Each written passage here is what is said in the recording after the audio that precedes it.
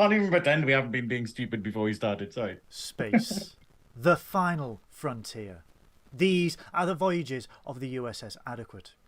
Our ongoing mission to review every Star Trek episode and movie ever made until we are sort of cancelled and replaced by something better. To seek out new guests and make them very uncomfortable. To boldly go where quite a lot of other Star Trek-based YouTube shows have gone before. You thought I was on permanent shore leave. You were wrong.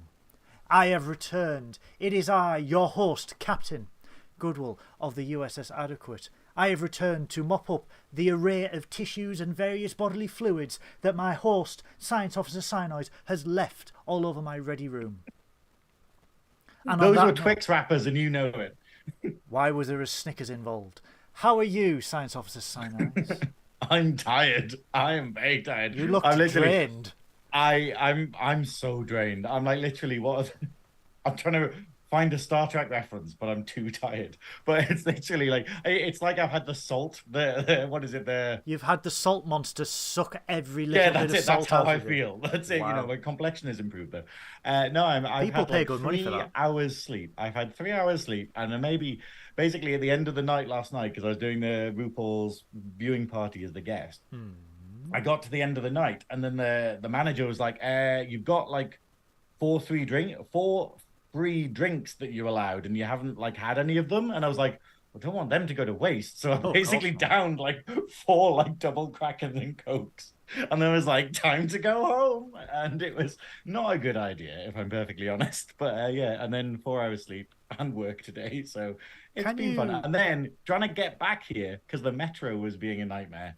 So literally, guys watching, I got here about 10 minutes ago and we had to set everything up. I had to change my shirt because the metros in Newcastle are terrible. Anyway, how are you? Yeah, I am also tired. I've had How was Riser? Riser was, oh my god. Yeah, it was amazing. I have had a few weeks off, obviously. I have been in the United States of them Americas. And I did not want to come home. It was beautiful. It was hot. I got incredibly sunburned, as you can probably tell by my rather sexy nose. I don't think you got that sunburned, but your nose did. It was like everything else. Like everything else looks fine. And you posted a picture where it was just like red. And I'm like, okay. Ironically, the sunburn came from the coldest part of the trip, San Francisco. But it was incredibly hot. And yeah, the sunburn was... Hang on, the Geesian from the planet Honk has sent something. Sorry, no, I can hear the rain outside. The rain? Lorraine or the rain? Lorraine Kelly, she's outside my window. She's like, Heathcliff, it's me. Would you like to come on me breakfast show? That's it. I'm like, no. And, you know, I forgot to magnetize the windows. I forgot to electrify the windows so she can get me. So someone's forgot to attach her ankle tag. But yeah, she's next. I actually heard about this. Bizarrely, I heard about this on one of these like podcasts where they basically talk about things that are in the news. And it was basically that a guy tried to fake his own death, but he was wearing an ankle monitor. And they were like...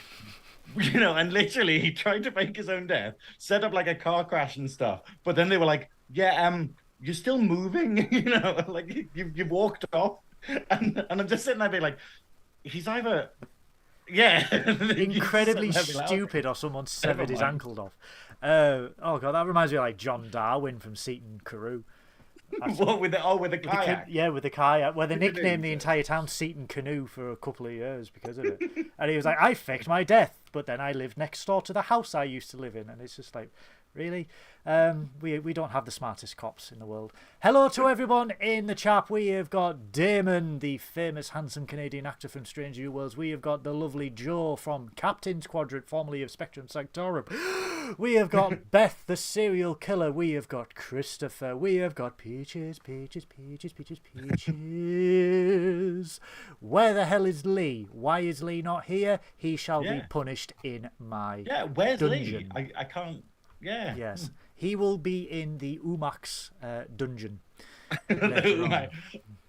See, Yes. that's it. It's the fact of obviously me and Kirky took the reins last week, and that was not a disaster. I Well, watched you Kinchies, though, guys. so that kind of counts. I watched you But guys in the menswear section of Target in that's Los actually Angeles. the recommended location. It really is. It's Yeah. Surgeon General's warning to watch it in the fitting rooms.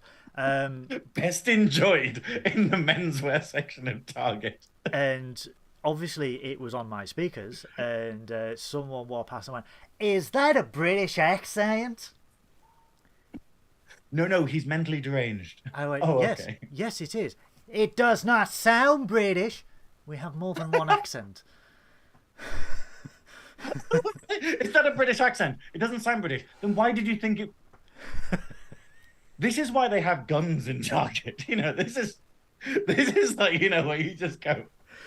It gets Oh, better. I know why you sell crossbows. Yeah, That makes sense. It gets better. I got called a dumbass leaving the Glendale Galleria because this woman was walking in the middle of the road, not even at the zebra crossing, just walking in the middle of the road, and I naturally slowed down.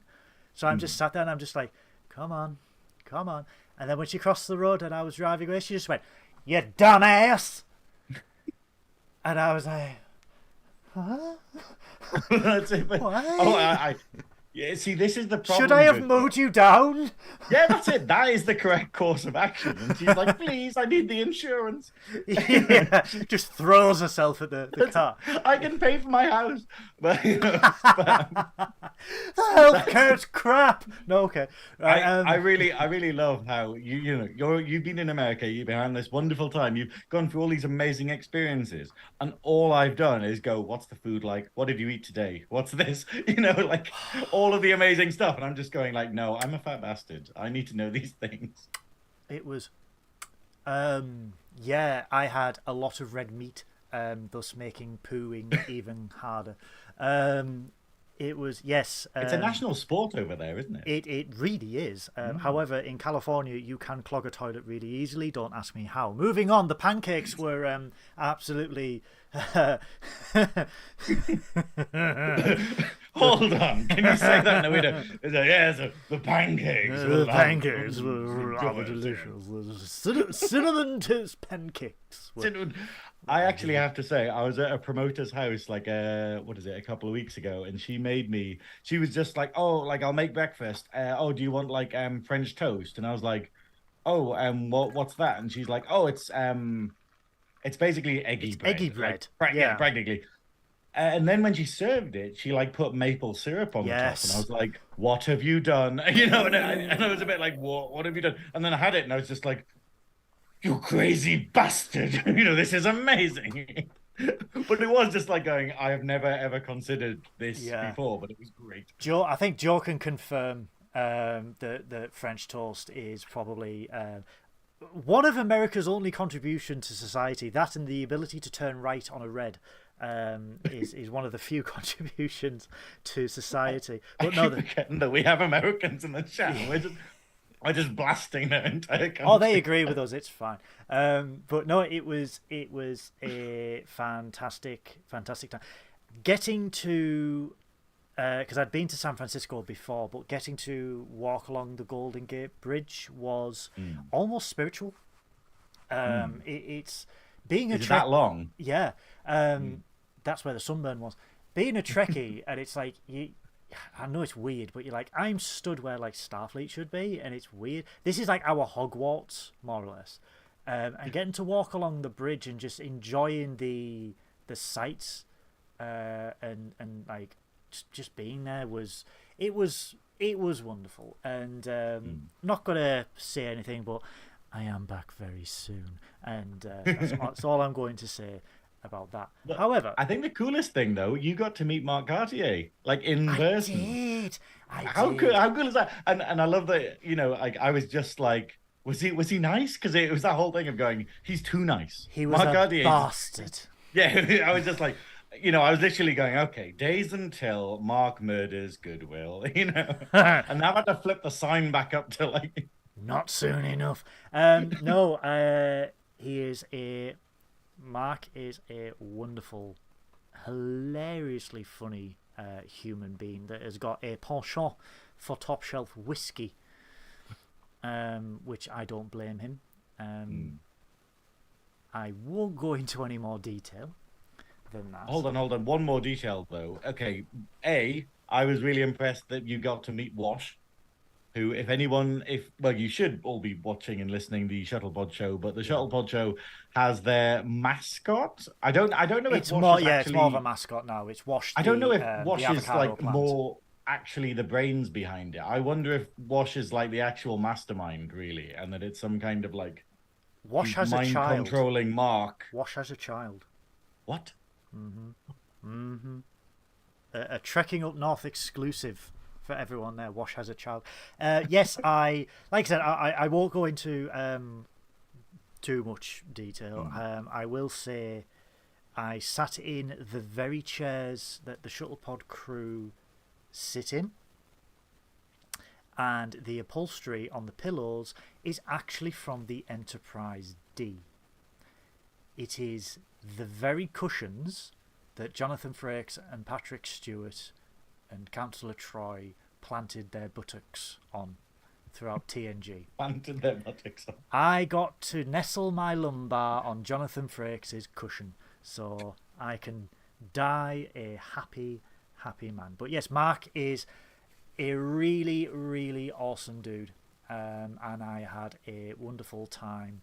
And yeah, I will be back very soon for classified projects. Hey, so that's all I'm so going exciting. to say. However, Science Officer Synoiz, we are here to continue our unhinged, deranged, alcohol-fueled review of Star Trek Lower Decks with episode 6, not 5, episode 6 of Star Trek Lower Decks. It's like we're referring to a mistake that was made earlier. We shall not mention that. Episode 6 of Star Trek Lower Decks is Parth Ferengi's Heart Place. That's definitely not a reference, is it? It's all of it is absolutely amazing. This is such a good episode. But before we move on to it, I just want to say, do you have any thoughts or feelings about the previous two? Because obviously you weren't here when me and Kirky kind of blazed through the last two episodes. But like, is there anything you'd like to say about them? Because they were great. Remind me what episode 4 was, because I've slept since I've watched Episode 4 was the Orions, wasn't it? Oh no, yeah, where we basically get to see what Tendi has to go and find her sister, and then the other one was several times. And then the other one was in pathological probabilities. That was a T'Lyn episode that I classed it as. Which is great that T'Lyn gets an episode, where she just slotted into the cast. I really like T'Lyn. I love the whole Loxana Troy references that we had all the way through. I desperately need what was it? It's It's Romulan Air Clock somewhere hat. Because all I got from America was just this. Wait. San Francisco Giants. Death to the opposition, as Worf said. And I did say that at the game, but I had to say it muted because there was security. But yeah, we did pulverize the Padres, so I'm good about that. But it was good. Episode 5 was really, really good. And I like the twist that they all thought that it was the Betazoids causing all this, but it was actually T'Lyn herself. With her unfettered emotions, which were emitting, essentially like more or less pheromones, weren't they, which were affecting the crew? Wait, no, it's the sort of thing of it's basically the same thing but with different words. You know, I love how like at the end when they're taking the Betazoids to the transporter, they're like, "Oh, we're terribly sorry that we sort of mistook your psychic disruption for another race's psychic disruption," and it's like so it's basically the same thing but with totally different names for the disease. Yeah, it was. Yeah, but every episode has been a good episode. My only criticism, and this will bleed into episode 6, is that it's been 6 episodes and we are no further forward about the mysterious ship, and I'm just like, you could at least... We do get slightly further with this one though, because as we'll get into, we do get a slight hint it's the thing, but in this I just love though, like what I said about the Orion episode is that Lower Decks is amazing for going, hey, here's this kind of undiscovered or unexplored like part of the lore. Let's actually explore it. And so we got to see a lot more about Orion culture, like than we did on Enterprise or They we did even on made a Next reference to Generation. that. Yeah, And Boimler made a reference where it was like, "Oh, we got to see this planet no one ever gets to see," and it's like, yeah, yeah, because we've never seen Orion. yeah. When you think about it, they've been in But since the then beginning. yeah, and then in this one we get to see Ferenginar, and you've got to admit that in Ferenginar we see two places on Ferenginar in the entire of Trek so far, which is basically Moogie's house, and then Oogie. the actual Moogie that's going into it, Yeah. and then what is it? The big bank? I forgot what it is, but it's basically the halls of, the halls of treasury where the Magus works or whatnot. FCA, isn't it? Which again, Is it? Oh, is it the? Oh, well, okay. it- We get to it see the screw- FCA, it and we get to screws see me the up. Grand Magus. It screws me up because in England we have something called the Financial Conduct Authority, which is also the FCA. So every time I had meetings with the FCA when I worked for a bank, I was like, "You goddamn Ferengis." Do they introduce themselves like Zek, yes, and they were No, all not Zek. What's his name? Who? Brunt, Oh, Liquidator Brunt, yeah, FCA. that's it. Yeah. And fun fact, James FCA. the Financial Conduct Authority are all played by Jeffrey Combs. So, That'd be so good if that was true. yeah. My name is Gary, FCA. Yeah, but Okay, I'll let you continue now. Yeah. I'll take that was the first tangent. Season 4, Episode 6, Parth Ferengi's Heart Place. If you get that reference, leave a comment below on what it's about. Also, as well, before we do get into it, if you haven't already, please smash that like button. Hit subscribe if you're not already a subscriber. And you see that little bell? You see that little bell? Just like, oh, that's just saying. Give it a little tickle. Little tickle. Tickle Little- the bell. little tickle caress. the bell. Little caress. Flick it if you feel brave enough. But just give Don't it a flick tickle. it. You'll drive it wild. No, but that helps the Drive it wild algorithm. if- It helps the algorithm. So please do I that think. and share this video with as many people as you can to let people know just how unhinged me and Synoiz are. What you should do, okay, now, obviously I don't condone violence, but you should print off every single frame of this video into some kind of book, get it bound at a printer's, and then just smack someone in the face with it, which is the equivalent of watching something. And I found out last week. and when they are recovering in intensive care from jaw reconstructive surgery, you can use it as a flip book. Yeah. And then it's, and they can relive the nightmare. Yes, PTSD is for everyone. So the episode opens on... Do we have to put not actual medical advice there or something? What do you mean? I'm certified. As a warning. Yes. Christopher The noise, says... FCA. Christopher says it's about an NHS hospital that accidentally opens a Rees-Moggs office dot. Wow. Okay. Woof. Jacob. No. Rees-Mogg suggests nothing exciting happened. It suggests that it died alone. But Rees-Mogg is a Tellarite. Okay, so the episode opens on a Ferengi ship where a couple of officers are discussing why they are throwing out all these lovely, delicious weapons that they could sell for a massive profit.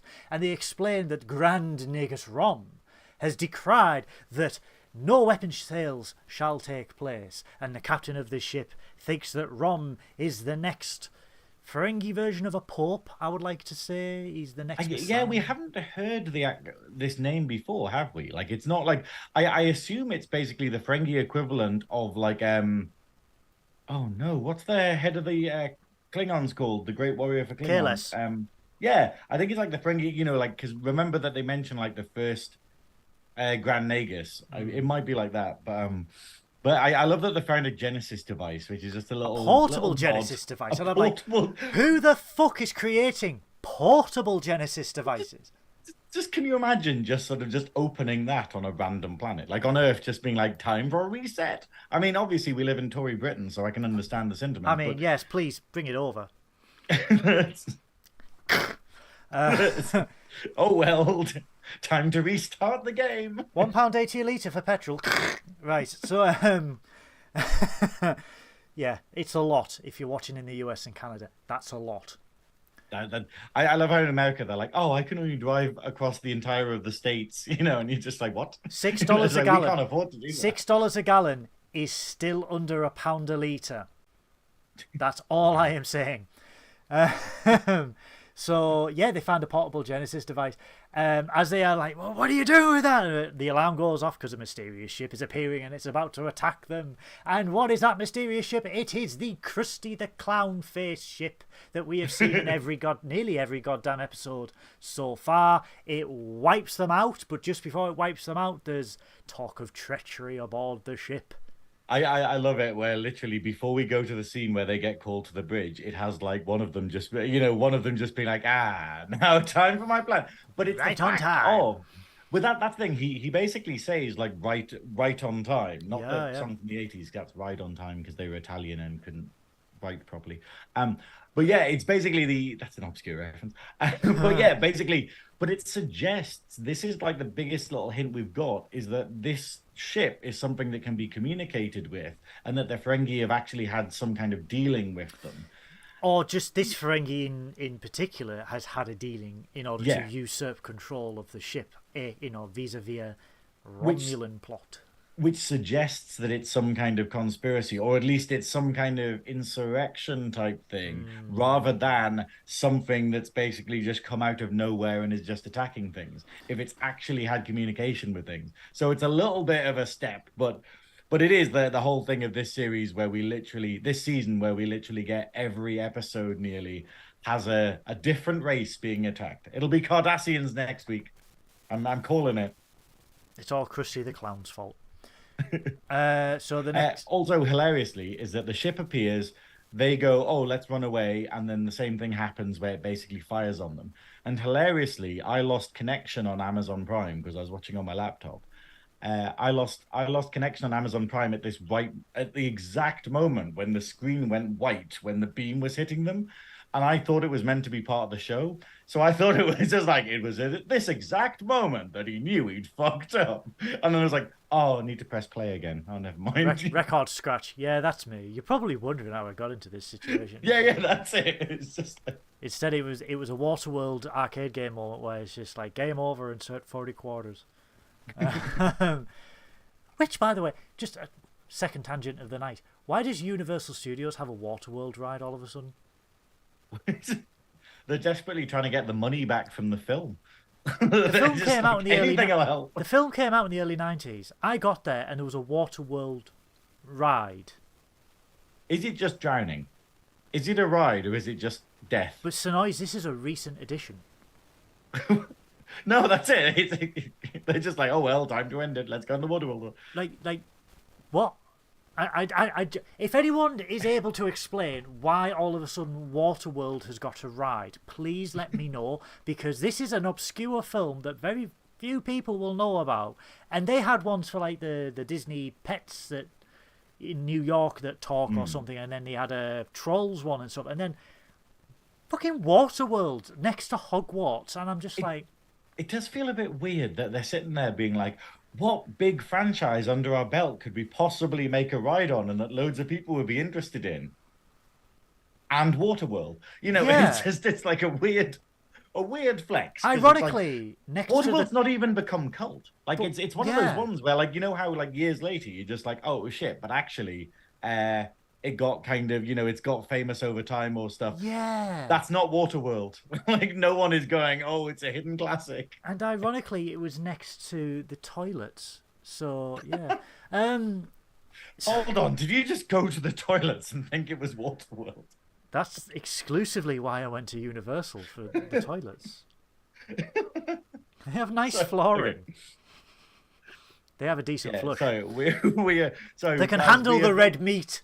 We have not properly hung out obviously like properly this week. We've had is Nerdy Up North meetings this week. So this is like therapy. This is our therapy section of Talking Bollocks. There's Lee Davis. As soon as I mentioned Waterworld, an obscure movie, he's there. I think the only thing I've mentioned is like the toilet in LA was like a captain's chair. So I was just like, yes, this is my engage. My yes, tried to, but the next.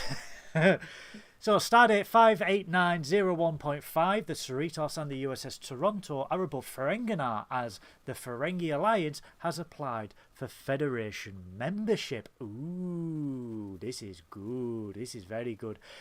The Admiral, who we don't get a name of, Although we do have a name in previous episodes, but we don't get a name in this one. It's because Baldies don't count. Yes. The Admiral thinks that this is going to be a cakewalk because it's Rom and Lita, and essentially the Ferengi Alliance have been losing ships to a mysterious threat for a while, so they'll be desperate to do trade. And he said it's a cakewalk. It'll make Moab 4 inside the dome look like Moab 4 outside the dome, which is a reference to the season 5 episode of TNG's The Masterpiece Society. I love that. I was like, I should know this reference, but I didn't get it. It's the one where the ones inside the dome are genetically altered and genetically acclimatized to living there. So I was like, that's a nice, good cut. Freeman is obviously cautious of the negotiations because they are Ferengis. They are in it for a good deal. These are essentially EE mobile phone salesmen in space. Okay. So we've had... Well, no, not quite as treacherous. No, but we've had the evolved trans-dimensional species of Virgin Mobile in Strange New Worlds where they were trying to get... Now EE... The nightmares returned. The nightmares returned. And now EE have got their own race of unscrupulous phone salesmen who are like, do you really want the iPhone 15 Pro titanium? And I'm like, no. So please leave my house. Yes. But I think what are you doing in my toilet? I think that engage. I think the key thing though is that I think the key thing is that they're not just dealing with a Ferengi. They're dealing with a nefarious Ferengi and also a former Dabo girl. Rom and Lisa. So technically, it's even worse. Technically, no one is safe. I loved this. This is we discussed this before we came on air. How Lower Decks can make a cameo just blend in perfectly without making a song and dance about it and just be like, hey, yes, all these people still exist in this universe. This is a living, breathing world. So you will see or hear about people that you know from other series all the way through because they fucking exist and they are doing their own thing. That's why Mars O'Brien, the greatest Starfleet officer who ever lived, has a statue. Do you know what I mean? And it's that sort of thing. So it's like what I was saying to you is the fact of like it's not like The Simpsons where they went, oh, we've got a special guest and that's the entire plot. Like we can use that to just wing an episode. This is like it's not going, oh, we've got a Rom and Lita, therefore the entire episode is that. And it's like no, they are in literally the B plot. Is it even the C plot? I think it's a C plot if I'm honest with you. And it's a massive cameo. Getting fucking Lita back, getting Rom back. These are big names in terms of Trek. Like we haven't I know Lita does a lot of conventions, but it's the fact of they're the people that we wouldn't see in Picard. Chase and Masterson. People would like to see it. Yeah. She is. She is great. Have you heard her speak at the conventions? Yeah, she has attended a few, and she is really passionate. Really appreciative of the fans. That is someone. Yeah, like if we ever got to a stage where we got to interview these people, that is someone who I would absolutely have as one of the first guests because she absolutely kicks ass. That and Roxanne Dawson and Bob McNeil, Tim Russ. Yeah. Do you know what I mean? Those types of guests. That's it. Tim Russ is amazing, but it's like I just love that Lower Decks uses its celebrities like this, where it basically slots them in. It doesn't make a song and dance. It just goes, yeah, they're dealing with a Ferengi. And this episode gives us an extension of Deep Space Nine lore because literally, deep spice lore. The deep space. He who controls the deep space. That's the June Star Trek crossover. Oh, is that a Birmingham? Is that a Birmingham accent? Is that a Birmingham accent? What are you watching? Deep Space Nine. Deep Space. And it's basically Deep Space Nine, but all dubbed with Birmingham accent. It's Benjamin Sisko. No, let's not go down this week. Who's that cow? Who's that cow with a tea warmer on her? That's Kai Wynn. Can you imagine just if Star Trek had the mirror universe and had the Bromley universe? It's just like they meet alternate versions themselves who are just from Birmingham. My name's James T. Kirk of the Starship Enterprise. No, no, no. Okay, it's. The United Federation of Planets. I love it. 31 minutes, and we've totally derailed. Fuck the Tories. But yeah, so we. Speaking of which, because the Tories, Birmingham is bankrupt. Yay! Oh well, I was going to get the train down there, but the maybe then I would have got my luggage. So yeah. Carry on. I'm gonna Carry on. That's all I had left. Hey! If you don't know about this, if you don't know the story of this, British Airways lost Goodwill's luggage. So Goodwill had Not only mine, no, the whole fucking plane. the whole It's the fact bar that 5 people. You stacked your luggage full of goodies from America, and then they're like, "Hi, sorry about that, but yeah, it's somewhere in America. We don't know." I'll give you a top tip, everyone, guys. Right, this is a Goodwill top tip. Sale. Never, ever piss off a Geordie, okay? Because we were at the baggage carousel, and these one family got all of their luggage, and then the carousel stopped, and then this BA woman, I shouldn't really be saying BA, but this woman from this airline that we shall call them Nitish Fairways. BA sounds like an insult. It does.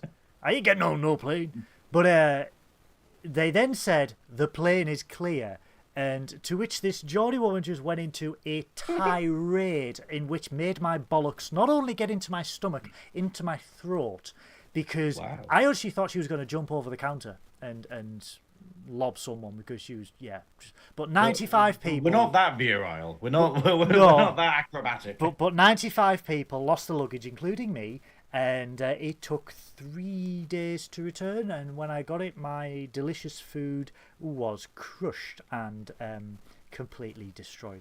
But yes, I got my luggage back. But why? Tell everyone why the luggage wasn't on the plane. Because this United Kingdom airline company decided that we haven't mentioned already, called Nitish Fairways. Decided that it would be a bang-up idea to pack the entire cargo hold with one family's luggage, and legitimately the entire cargo hold with one family's luggage, and then leave the rest of ours at Terminal 5, which I do not get. Wait, it's a very... I was saying to you that this is really strange. I love how we've totally gone off topic, and it's my fault. But it's the fact of I love how we that was very camp. Oh, it's fine. Don't worry about it. I was nearly about to camp in Newcastle Airport, but go on. Go on. Oh, we're going anywhere now for your holidays? Home. But no, but it was the fact of like they were obviously moving house. They'd taken all of their luggage over, like their sofa and shit like that, and taken up the whole thing. But you're like, BA, surely whatever they're paying can't be as much as you're going to have to shell out to get the other luggage out, get it delivered to everyone individually, and the compensation for going, hey, all of your stuff, that's $3. Because the amount of people who probably have connecting train stuff, like where they flew into Newcastle and then went down to London or something. Yeah, that's like, why would you accept that job unless they were literally paying like £1 million for it? This flight was... In which case, why didn't they just get a chartered plane? Yeah, but this flight was from London to Newcastle, and people had connecting, cars, taxis, buses, to all over the northeast of England. So it's sort of like, why would you intentionally piss off 95 people for that? The logic would be, we will allow 2 suitcases per person, as they said to the rest of us on board, and then we will chart, like, the next available flight, we will put yours on. And, we may put half of it on the morning flight, half of it on the lunchtime, just to do that. And I don't know how much they paid, but all I know is that they were very smug, and then one of them mistakenly said, we are missing 2 suitcases, to which the Geordie woman just went full-on feral. And security was drafted in. They didn't act, but they were drafted in just in case this woman went full Derby Day, shall we say. if this family was sensible, they would have had the foresight to have about 90 children. In which case, they could have put like 2 cases each. I mean, it's a lack of foresight. It's a lack of forward planning. Damn you, pull-out method. That's it, damn you. If only they were Catholic. Anyway. Oh God, can we get back to this show? Okay, back to Star Trek. Yeah, so Rom and Lita are aboard the Toronto to do the negotiations to join the United Federation of Planets. And in order, to begin the negotiations, they offer a bust of the Admiral, which is a bust of good fortune, and then they also offer the invoice of the bust of good fortune. I love they're charging people for gifts. They're like, here is your Christmas gift, and here's the bill for it. I've been on the end of that, where someone's like, I've got this gift for you, and you're like, I really appreciate that, thank you. That's £50, please. And you're like, it's not a gift. Oh, what? It's not a gift. That is a purchase. Yeah. It's like an unwanted purchase, a forced purchase. Yes, that you are forcing me to buy something I didn't necessarily want. But okay. I just love it though, because it's the most Ferengi thing.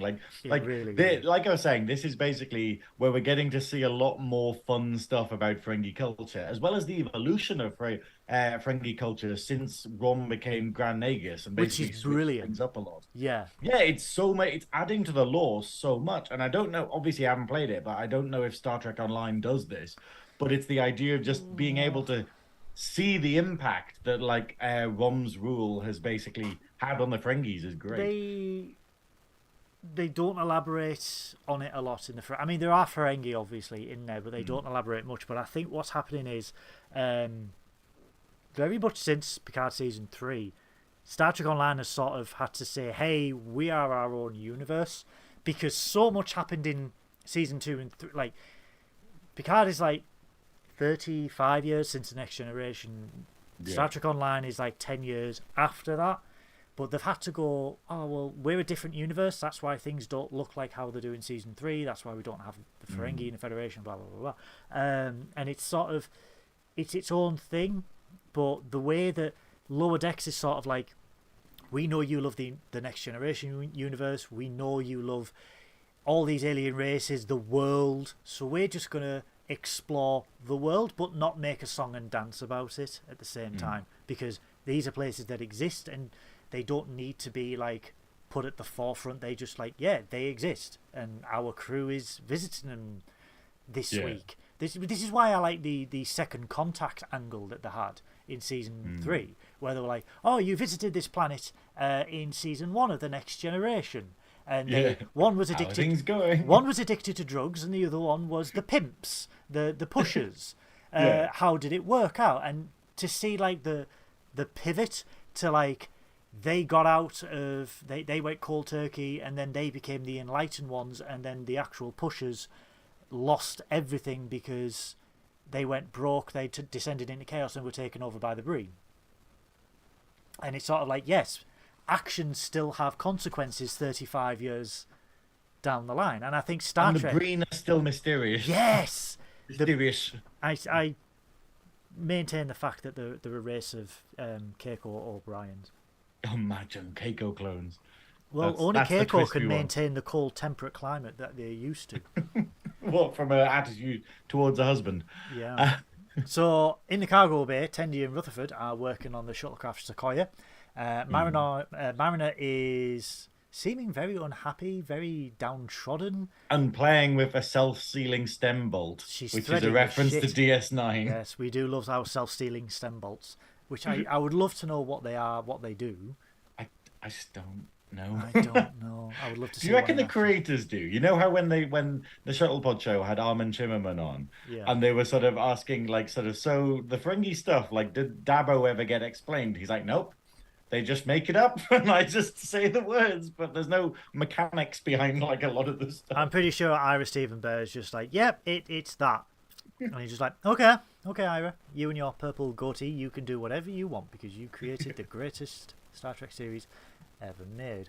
Yeah, so Ransom comes in and tells the Lower Decks crew that they are all on travel guide duty, which is what Mariner thinks is a myth, but really what it is when they discover a new world, or they are updating their records for a non-Federation world, they create a travel guide in which the crew go down and they explore everything that the planet has to offer. And in this case, it is Ferengi. So Mariner basically says, oh, it's just a free rein for Starfleet to foot the bill to us to go to every bar, pool hall, pub, hotel, bar, pool hall, pub that we get. And I love it how many times she mentions bar. but then Ransom's like, and museums and that, but yeah, it's mostly bars. So Mariner naturally takes up that role. Boimler is assigned to visit all the landmarks, all the tourist attractions, the historical places, and like, how many do people normally do? And he's like, 3 or 4. And he's like, I'm going to do 40. And I'm like, yeah, I was, when I watched this, I was feeling Boimler, because I was just like, I've been everywhere. I've done. To be fair, I've got my notes here where Boimler, immediately after this, Boimler runs out the room screaming, I need to make an itinerary. And I'm like, this is Goodwill. I'm just like, this is Goodwill before he went to America. I did 101.25 miles in 2 weeks. Walking. Did the Steps app on your phone break? The Steps app sent me a message, went, dude, chill. So, how are you alive? Have a donut. So Boimler gets to do that. And then the last task is that they need a couple to explore Ferengi romantic spots and tourist attractions, and since the Cerritos is statistically the horniest and least romantically committed crew in Starfleet, it's led to Rutherford and Tendi. I loved the fact that Ransom is just like, yeah, we are just all horny as fuck on this ship. Yeah, we are all sluts, like non-committal sluts, and you just yeah. Okay. So transfer.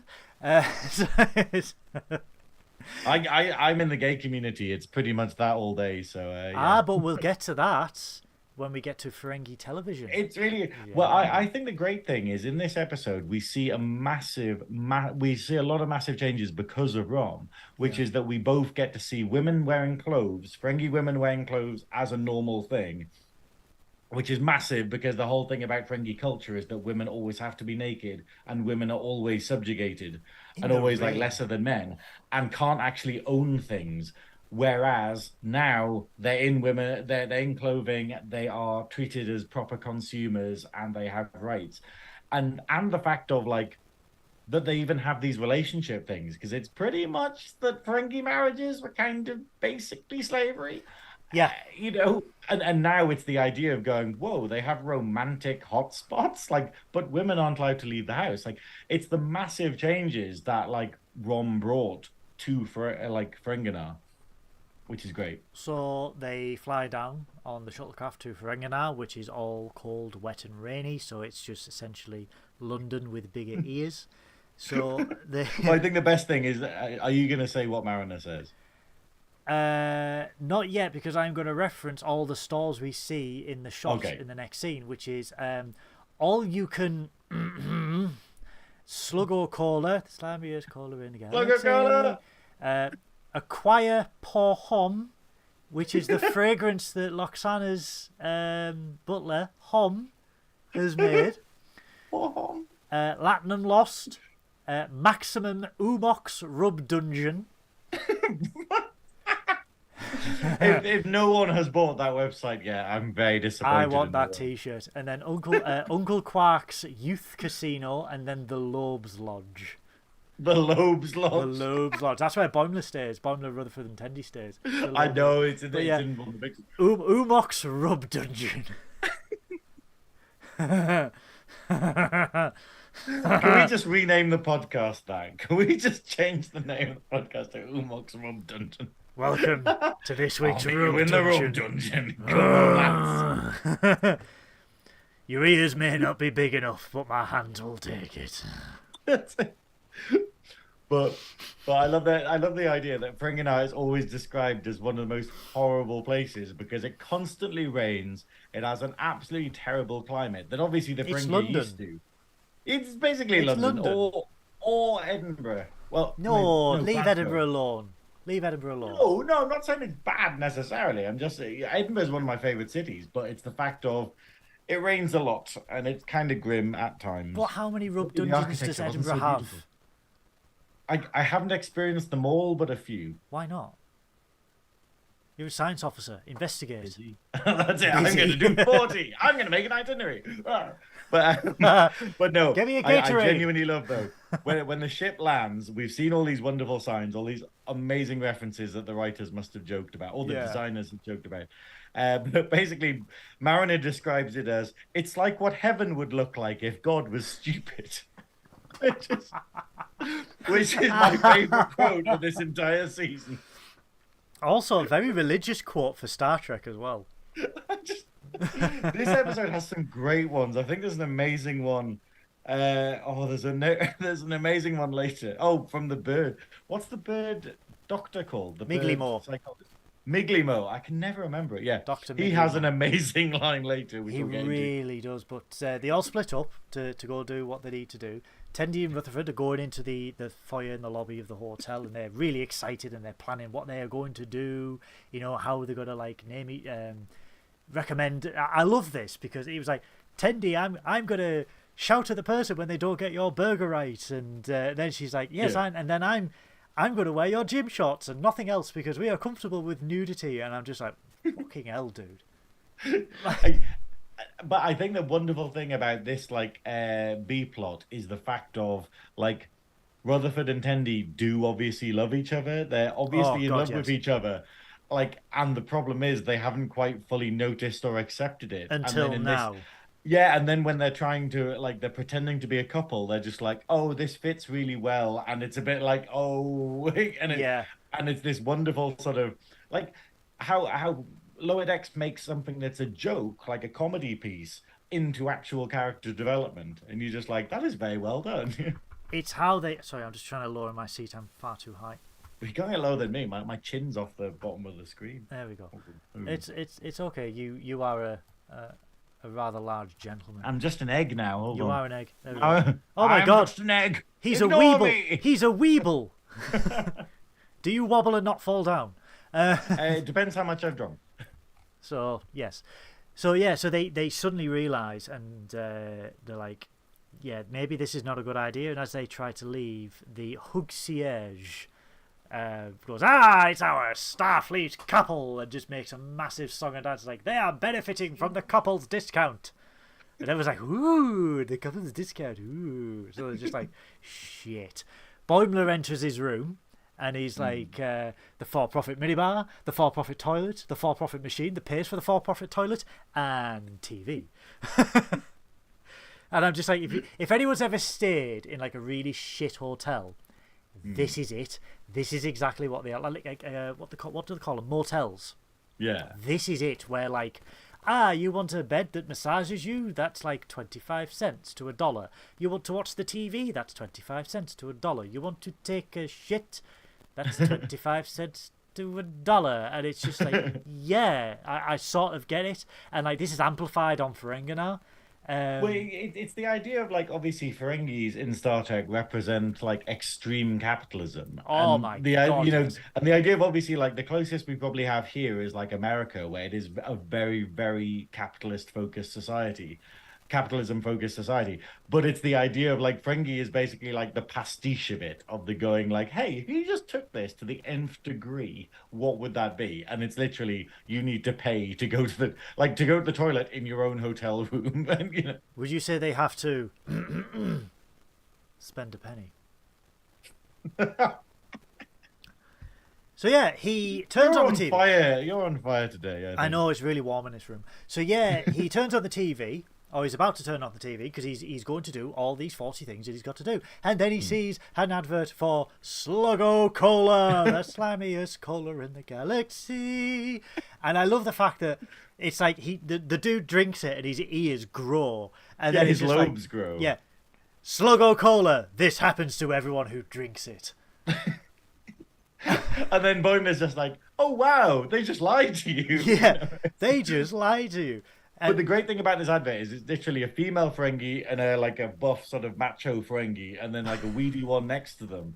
and the weedy one drinks the Sluggo Cola, his lobes get bigger. They do and the then 300 kick reference as well. Yeah. And then like the girl just falls in love with him, and then just like 300 kicks the other Ferengi into like a river or something.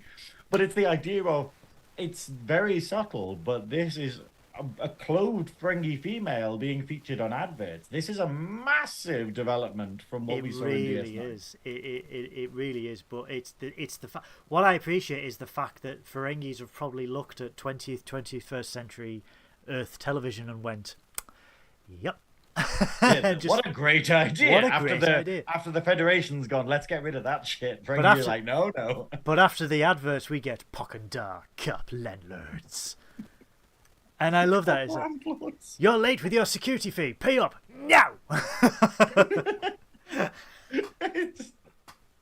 The whole show is fantastic. Do you love the fact as well? I found this when I watched it the second time. There was a recurring theme that someone threw something away and it hit someone, and all you hear is like crash. Hey! It's just, and it happens all the way through the episode. And I'm like, Is it the same person? This poor chap that's going to these different things, and he's just getting pummeled in the face. Like, hey!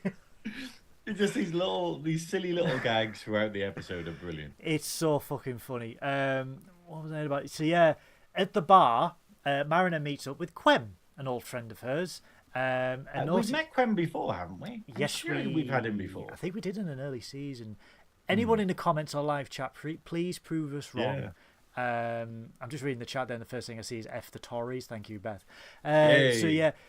Quem notices that Mariner is now a Lieutenant JG, and he was like, I didn't think you would recover after crashing at Oberth. For those not familiar, that is the Oberth class starship, which was first seen in Star Trek 3 under the name U.S.S. Grissom. So, Quem suggests... It's Goodwill's Fancy Five. It's Trek time. Notice my lower decks fleet behind me as well. I've got the Yosemite, the Cerritos, and the Vancouver, which is it's the same thing. Also, little side note, if we ever do Stargate, I do have Stargate ships now. Wow. Yeah. Was that from America or? No, it got delivered whilst I was in America, and they were just like, "There's no one in," and I was like, "I know." I know. Yes. Put it in the back. Deliver it to my neighbour. But I didn't put it quite. Why have you made that so creepy? I didn't put it quite like that. But it's like if the fucking what's it called, the hooded claw or something from the hood from Thunderbirds. Not the hood from Thunderbirds, not fucking. They have glowing yellow eyes. So yeah, he notices she's Lieutenant JG, and he's like, "Oh, it's great to meet you. I'm thinking about a quiet brunch and then a light meal with a yogurt." And she's just like, "Yeah, 3 Cardassian tequila shots and a dagger, please." And then he's like, okay, but I guess we can do that. And then she's just randomly had a drink in her hand already. She's like, she just has a shot in her hand, and you're like, what? How did you get that? Don't bother asking. I just love that she's permanently carrying around a shot. Throws just it. In case. Throws it. Hits someone. Hey! This pool. I'm gonna say it now. It's Gary. It's Gary the Ferengi in the background. He's on shore leave, bless him. He's on shore leave, and he keeps getting pummeled in the face by various data pads and shot glasses. But yeah, back on the Toronto, the negotiations have begun. And as they are talking, Rom interrupts and goes, "Do the Federation still play baseball?" I love baseball. Because he said Ferengi, it should be a thing in the clause that Ferengi should have its own baseball team. And he then says that if he leaves the numbers in the contract, but negotiate in the terms of admissal into the Federation should be changed.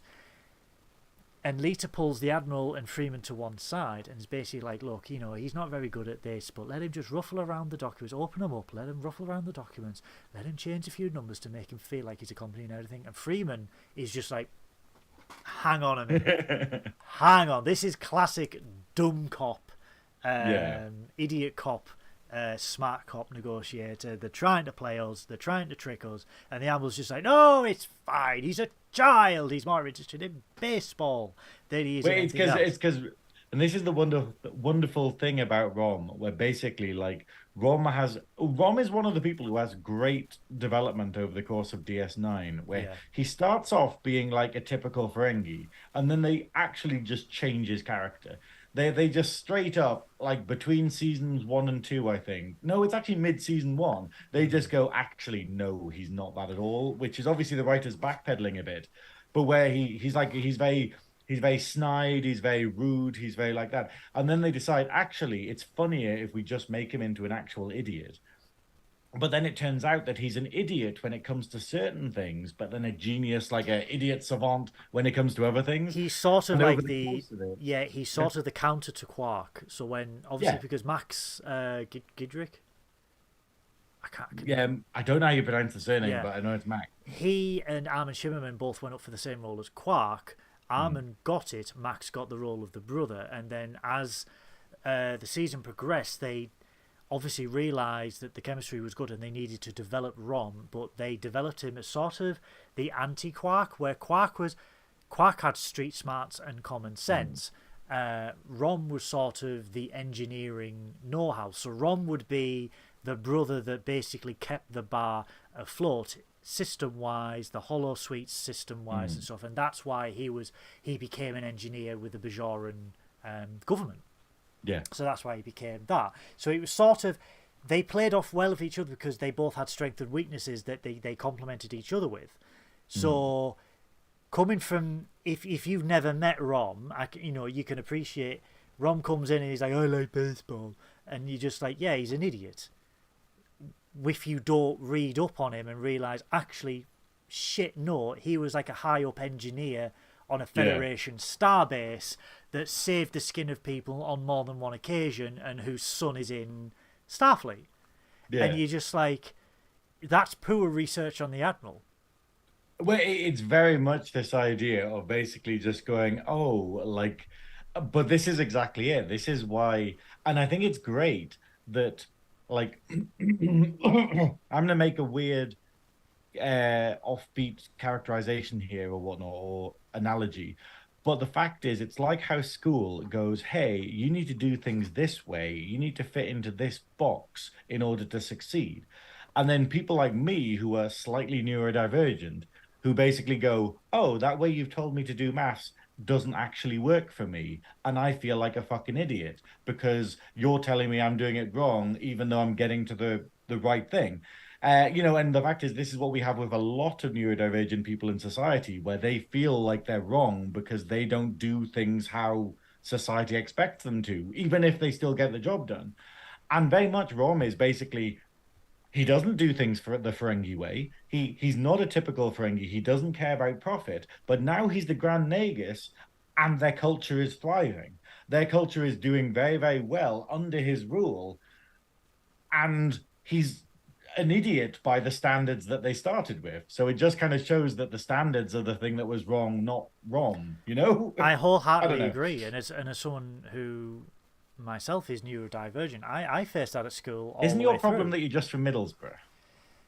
Yes, and chemicals do play a crucial role, but Right. it's more of a case of the when you are neurodivergent. Like I was incredibly smart at maths all the way up to year 9 in the UK, which is sort of like 10th grade, something like that in the US.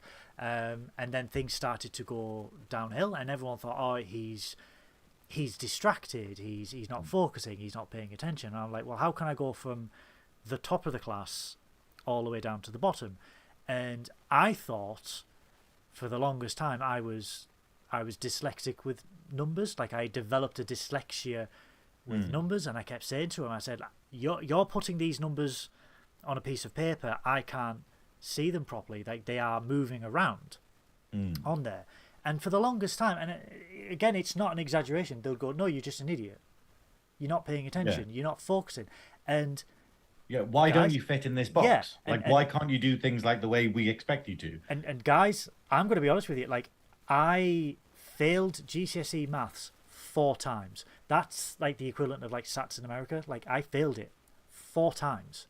It was only the last year of college where they were like, holy shit, he is actually dyslexic with numbers. And I'm like, yeah, That's what I have been telling you for the last 4 years, but no one's... It takes one person to think outside of the box and go, maybe he is. And then they approached the GCSEs with a different angle, passed. And you're like, yeah, you need to take it, like, not everyone fits in the same box. And dyslexia, I mean, there is normal dyslexia. There's loads of people with normal dyslexia. Number dyslexia is just the same. Whereas you see words jumbled up, I see numbers. And I struggle.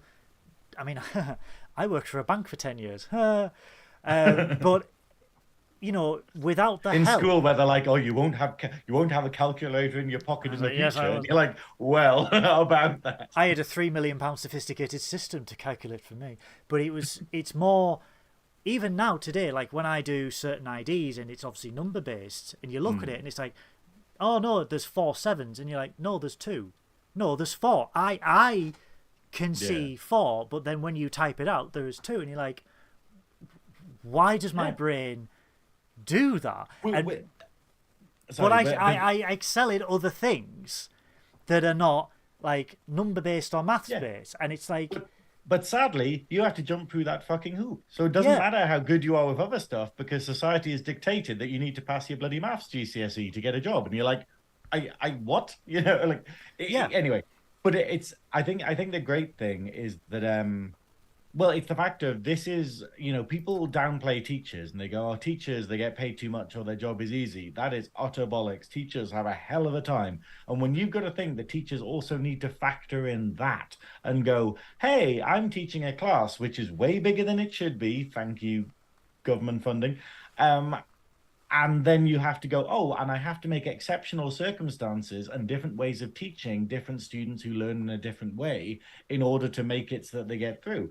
That is a hell of a task for anyone. And it's this idea of, like we're saying with the writers, like we're saying with pretty much everyone, pay them properly. Like, we had luckily, them though, on strike last year, But, anyway. but luckily, though, with that good news, the writers are back at work. Some of them are back at work. Some of them have walked out of certain chat shows, which, because that certain presenter decided I will work despite my writers being on strike, so we won't get into that.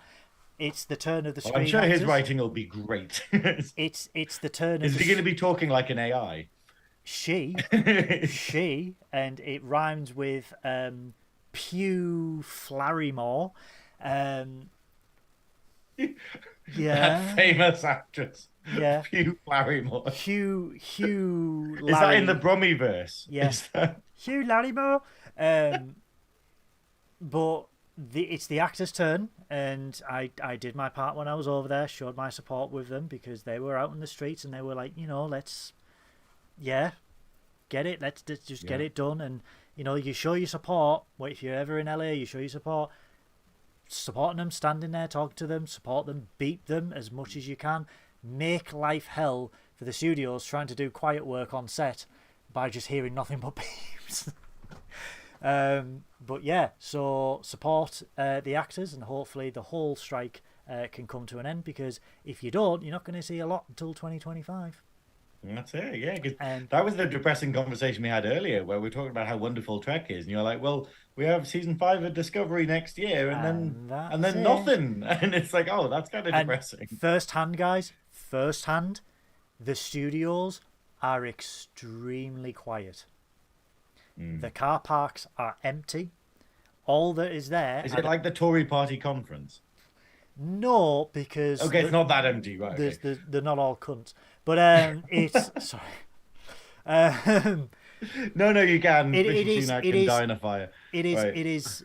It was very quiet. I mean, the people who were there support the actors and the writers, which is only fair.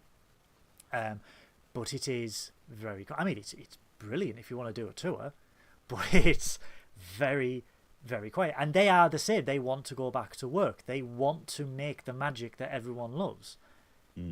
But until these bigwigs start delving into their pockets, because they aren't. And a lot of actors, and the popular misconception is all these actors are rich bastards that live in Beverly Hills with 2 swimming pools, 17 cars. No, they are all working class people, just like me and you, that live paycheck to paycheck to get the job done. That is their profession. That is what they train to do. And if nothing's being made, they aren't getting paid. All they want is to be treated fairly, receive residuals where needed, and have better benefits. But the thing is, Hollywood is a house of cards.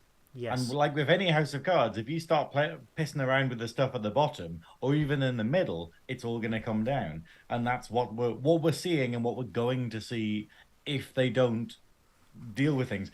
It's almost like everything in this country as well. It's like saying you are not allowed to go to no tourists are allowed in Whitby. Whitby would die within a day. Yeah. Because that is their entire trade, is tourism. So or goths. Yeah. Goth. Okay. Yeah. Goths and tourism, or Gothism, as we'll call them. But yeah, so let's get this strike over and done with. Let's get these actors back at work, because I need Damon on this stream. I need Damon on Trekkin Up North to talk about his experiences with Strange New Worlds, and we can't do it. We can't do it because we are showing solidarity with SAG-AFTRA. So is Damon. Yeah. So let's get it done, studio bigwigs. Even if we try to like lure Damon in with like sort of, I don't know what we do, we like maybe some like Maltesers or something. Do they have Maltesers over there? No, I would say Skittles. Would it be Skittles? They have Skittles. Okay, well we were like a trail of Skittles, and he's like, oh, but I mustn't. By the way, I can't. By the way, Skittles gummies. What? Guys, they're coming soon. But yeah, what's the point of a Skittle if it doesn't have the hard shell? Like that's the sweet. Doesn't have to be hard to have fun. Moving on, they. I don't know what you've been doing in America, but whatever it was, I don't have to be hard to have fun. Whatever it was flaccid. You've got a very disappointed wife, sir. Yes, SAG after.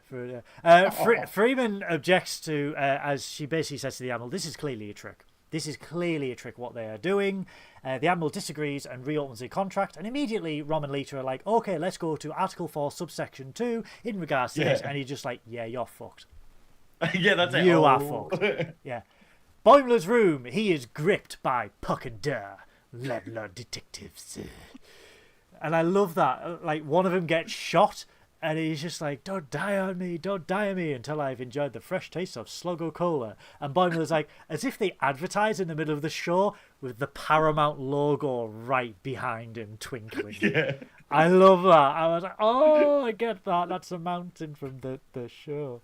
But I love that. I love the fact that the next bit is basically the guy's just like, you can't die on me until you signed over all of your actual it was an honor assets to me. It was an honor to be scammed by someone of the likes of you.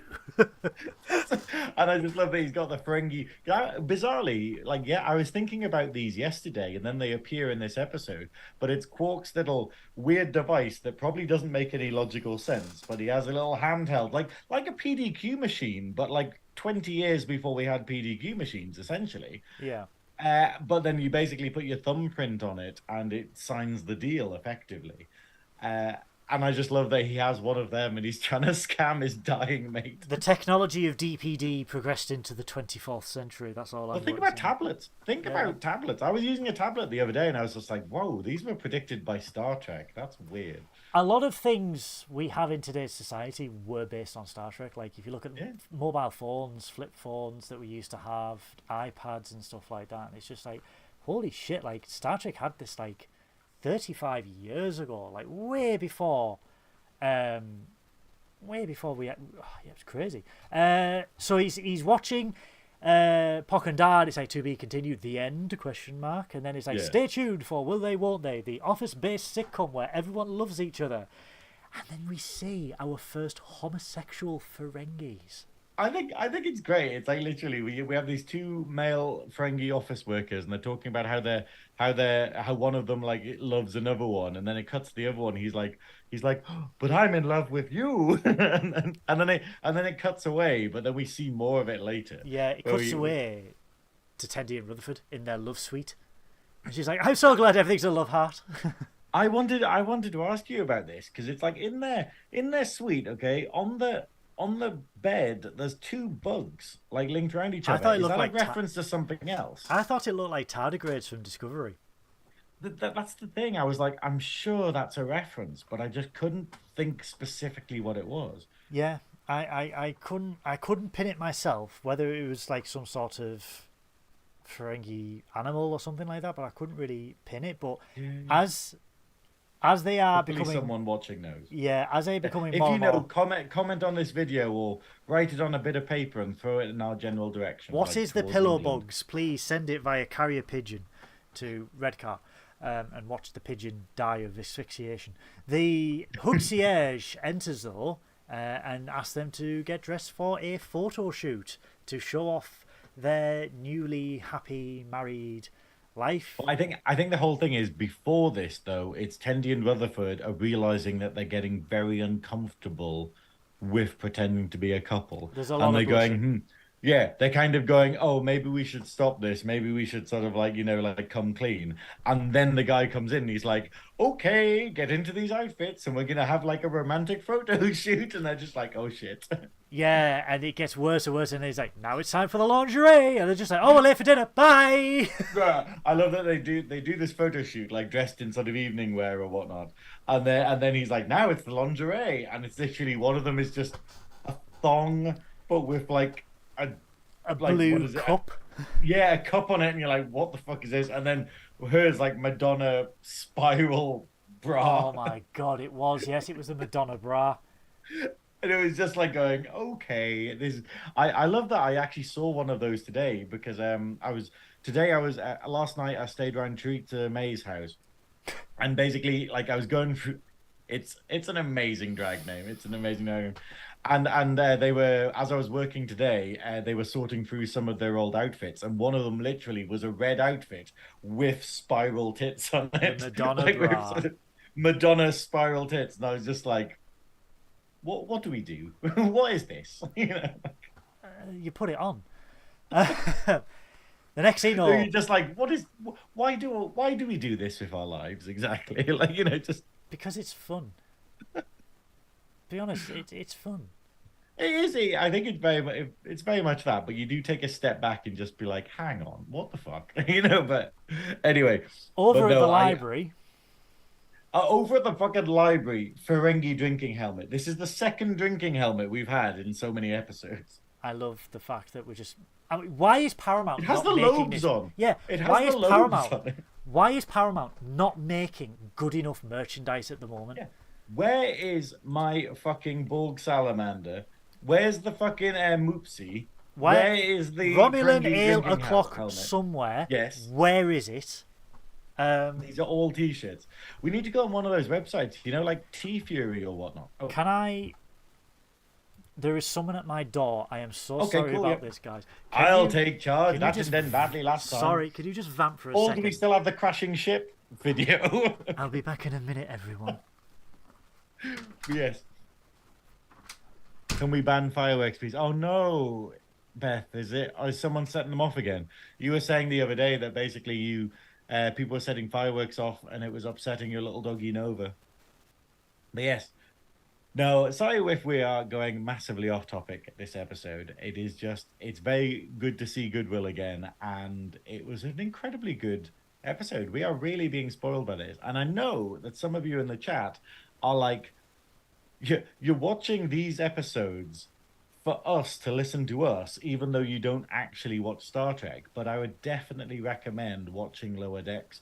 You don't need a massive knowledge of Star Trek. It's a nice little bonus if you do. Like, these little references we get where it's like, no, right, that's that. But the essential thing is that it's a fun and funny show to watch. That is, yeah, it's absolute phenomenal entry level Trek, I think. And then hopefully, like we've had with a few of you, it makes you go, hang on. I like this Rom guy. I like Ferenginar. I like all of these things. Let's watch DS9 and find out all about these things. And I think that's the wonderful thing about Lower Decks. But yes, we were talking the other day about what we're planning once Lower Decks finishes, because we're going to go back to the Dabo wheel, but we were talking about having a monthly thing that sounds very fun. Like, so we're thinking about doing that. We still need to flesh it out a little bit more. But yeah, and we need to cover some of the movies. We were talking about how we haven't covered any of the Trek movies properly yet. So we're definitely gonna do that. What's Chris saying? References are lost on me, but it's entertaining. Well, that's the thing. It's like the idea. You started season 1 from this. Amazing, Christopher. But it's yeah, it is. It's you know that extra little thing where you're just like, I'm enjoying this. But like it's like when you watch a movie as a kid and it has loads of adult humor in it and you didn't pick up on it, and then you rewatch it now and you're like going, oh, I get that joke now. Right. I'm gonna say this right. Yeah. 3 years I've lived here. 3 years. Mm. There is the name of the road at the end of my driveway. There is the name of the road literally bolted onto my house. Why do people still deliver McDonald's to my address for something that's like way up the road? Hold on, why are you turning down McDonald's? You're just like, yes, that is totally where we live. No, I believe in karma. I think he was taken aback at the fact I was wearing a full Starfleet uniform, but hey ho, never mind. Did he yell engage, or did you put your leg over him and yell Riker? I was like, sorry, I'm busy. What do you want? He was just like, oh, got a delivery, and I was just like, it's not me. I haven't ordered this. Go away. Well, where is it? I don't know. You should be like, I'm doing a podcast, Christ. God. Sorry about that, everyone. I was just telling the chat about how they should definitely watch Lower Decks because it is wonderful, and how 100%. We are thinking about changing the format a little bit by having a regular monthly themed episode, and how we're going to cover a bit more of the movies. But obviously, we won't say more about that yet. But I think we. There are plans. There has been discussions. Yeah, there has been discussions, and don't say too much. Don't say. It will be fun. That's all I'm going to say on that. Yeah, so we're in the library, and Mariner is. I left my makeup wipe on my page, and it's actually rubbed out some of the words. Oh no! Before we started, I was trying to get my eyeliner off because I still had some, and now I'm just like, oh well, don't need those notes anymore. It's okay. We shall wing it as we always do. But Mariner is getting pissed in the library. She is wearing the Ferengi hat, which, again, as I've just said, why is Paramount not stepping up on the merchandise? Why is it's Romulan Halo clock somewhere? Merchandise, you get these episodes out, and the first thing that fans like me are going to go is, where do I get that? Where do I buy that? And if you don't do it, Paramount, Etsy will. So, what are you doing? You can't make anything. They're all on strike. What are you doing? Anyway. They should definitely be doing it. But this is the thing, though. Like, bloody Konami only started doing merch. I just got an email now, okay, from the official Konami shop, basically going, "Hey, it's Teenage Mutant Ninja Turtles, merchandise for the video games." And you're like, why did this not exist 30 years ago exactly? Like. Yeah, and you're just like, it's finally Castlevania t-shirts, and you're like, where was this in the 90s, you fools? They did this with Metal Gear Solid. They were like, we've got a merch store, and I'm like, cool. It's not 1998, so they did Silent Hill. I literally dropped about 200 quid on 4 Silent Hill items, because obviously the postage is like a fortune. It was like 50 quid postage. No way. And is it from the US? Yeah. Wait, it's really weird because they have these amazing items, but they seem to be from random places. So, for instance, I put a T-shirt in the basket, and it went okay, that's 5 quid delivery, and you're like, oh, it must be coming from the UK or Europe or something. And then I put a hoodie in, it goes, oh, that's 30 quid, and you're like, why isn't that in the same place as things? So I think some items are in America, some items are over here. I don't know. It sounds very confusing though. It sounds like they are the distributor, but they are acquiring from locations where they're not pooling everything into one warehouse and then just oh, we've got 30 orders of this, and they'll send them over to them, and then they'll send it to you. And I'm just like, makes no sense, does it? Yeah, so a Ferengi accidentally spills a drink on Quem, and both really apologetic, and there's this really big Ferengi, this biker Ferengi, as we find out, which, by the way, I feel is a link to Biker Mice from Mars. He does look a lot like a biker mouse from It Mars. does. It does, doesn't it? Yeah. But Um, to be fair, like just to spoil it for anyone who wasn't sure, the name of this episode is a very obscure reference to the British comedy show Garth Marenghi's Dark Place, which is the most obscure thing I would not expect Americans to know about. But then Americans constantly surprise us by knowing what Red Dwarf is and knowing what the IT crowd and stuff is, and just being like, okay. and they are fans of Doctor Who, which I will never ever get. So Well, that's yeah, Doctor Who in general, but moving on. yeah. So Mariner steps in, and she Like wants me. a fight.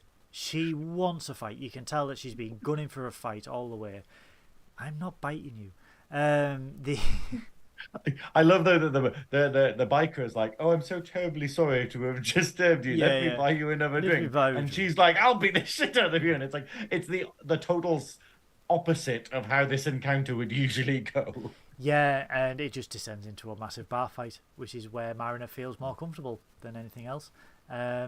Christopher Reed says Americans are discovering Matt Berry and his work. It was inevitable. Matt Berry is just. He is a delicious buttery crumpet on a cold Tuesday morning. That's what he is. I actually love that I regularly quote Matt Berry because like he did like a random advert on like he does the ad libs for the adverts for Absolute Radio I and love stuff. them. Yeah. Yeah. But one of them, he's just like, come to this festival, see the cold play, see Lady Gaga. And I was just like, and so I'm permanently referring to her as Lady Gaga all the time. Madame Gaga. It's just like, He and does that some is just great. him ad-libbing on Yeah, this advert. he does some great things because he's like, I'd be honest with you, I don't normally text. I'm more of a Snapchat kind of guy. It's just- We are never gonna get through this episode. but we will get Matt Berry on, so help us God. Um, you are listening to Nerdy Up North. Well, hello. Actually, bizarrely, I got a drag queen, Plastique, messaged me like literally earlier today saying, "Hi, I'm doing like a one-woman show at like a theater tonight, but I forgot to get an actual intro done. Could you record an intro that I can play before my like theater performance?" So I literally had to do a sort of, what is it? Good evening and welcome to the show. And I sent them that, and it's just like going, we are so unprofessional as a collective. I was gonna like, I'll tell you when we're off air because I can't share it with the lovelies. It's confidential. Okay, yeah. But yeah, you'll enjoy it. So yeah, back on the Toronto, the Admiral is getting absolutely scammed by Lisa and Ron. Ron suggests moving the negotiations to their palace because that's where all of his baseballs are. And the Admiral agrees. Friedman's like, Yeah. what are you doing? They are clearly trying to play you. They want you to be as inconvenienced and as stressed as possible so you'll just sign anything. And they're just like, oh, we can't let Starfleet down on the simplest of tasks of getting this negotiation done. So he agrees to it. And you're just Yeah. like, dude, come on, you're an admiral. How shit are you if you can't see Wait, this have ruse? we had a competent admiral yet? Like one of them lost his ship in a fucking rock. Kirk? Mm. Picard's an admiral now. Is he? Yeah, Admiral Oh Picard. yeah. Okay. Well, no, actually, is Picard a competent admiral if we go by season 3? It's like it's an enjoyable watch, but what's that competency? Do we have a competent admiral? I think the only competent admiral was in Conspiracy, where they all got fucking taken over by like aliens. That seemed to be an actual plan. Jellicoe in Prodigy, maybe? No, actually. Hashtag save Star Trek Prodigy. But yeah, Yeah, they're all comment bad below ones. if you have an idea for a competent admiral. Who is your competent admiral? Leave it in the comment below. Next scene is Quark's Federation Experience Bar and Grill. Do you want to note all the references that I've got? Oh yeah, go for it. The music for a start. the Star Trek music from the motion picture. We've got 2 NX class warp nacelles. We've got the Guardian of Forever, the Falcon set with the bong. We've got 10 forward. We've got the U.S.S. Voyager and the Enterprise D hanging up. And we have that weird creature from the original series who in Lower Deck starts masturbating with his horn. So, Rutherford and Tendi are sick of pretending to be a couple and they just want to go back to being friends. As they agree to that, the Huxiege. Hold on. Before this, we have an amazing line from Tendi, which is referenced the, oh, look, all the people are wearing the velour uniforms that used to catch fire. And you're just like, whoa, okay. The movie era uniforms. All velour, all the time. Yeah. Let's be honest, Monster Maroon is the best uniform. Well, we were saying with Joe, weren't we? Was it Joe or was it Sean where we were talking about the idea of they are the most rare thing? Like it's 100% wants... Sean. Come on. Sean does not have a normal wardrobe. It's all Starfleet uniforms. Time to go to the bank. What officer class should I be today? Every photo he's posted so far, he's either been in a Picard jacket or a Starfleet uniform. That guy has got swag. Yeah. And he's got a Moopsie t-shirt now as well. Yeah. He's a Moopsie t-shirt? He's a Moopsie t-shirt. Did you not see the comment I made? A creature that can... A creature that can destroy all life in existence wearing a Moopsie t-shirt. So the they're at the Federation Bar and Grill and they agree to just be friends. As they say that, the Huxiege comes up and he's fuming because the waiter has left the standard menu for the Bar and Grill and not the romantic package Bar and Grill. As they are about to... Can we just mention what a pile of shit Valentine's Day menus are? When you realise that if you're on a date, don't go out on Valentine's Day because every restaurant you go to goes, hey, it's a set menu today with 2 shit options. And you're sitting there and be like, could we have the normal menu? No. And you're like, why did we come out today? So don't ever go out on Valentine's Day because it's a pile of shit. Carry on. Bold of you to assume that I've I don't know why I needed to say that. I was about to say, I've never done that. I'm a virgin. So I'm with Virgin. It cost me like £55 a month for internet. Well, yeah, because the transdimensional beings, you fucking idiot. Get rid of them. Get rid of these parasites from my computers. So yeah, as they are about to admit that they are not a couple to the Huxiege, it's found out that another Ferengi couple have been discovered not to be a real couple and that they are only doing it to take advantage of the couple's discount. And they are banished for life in the subaquatic sulfur mines.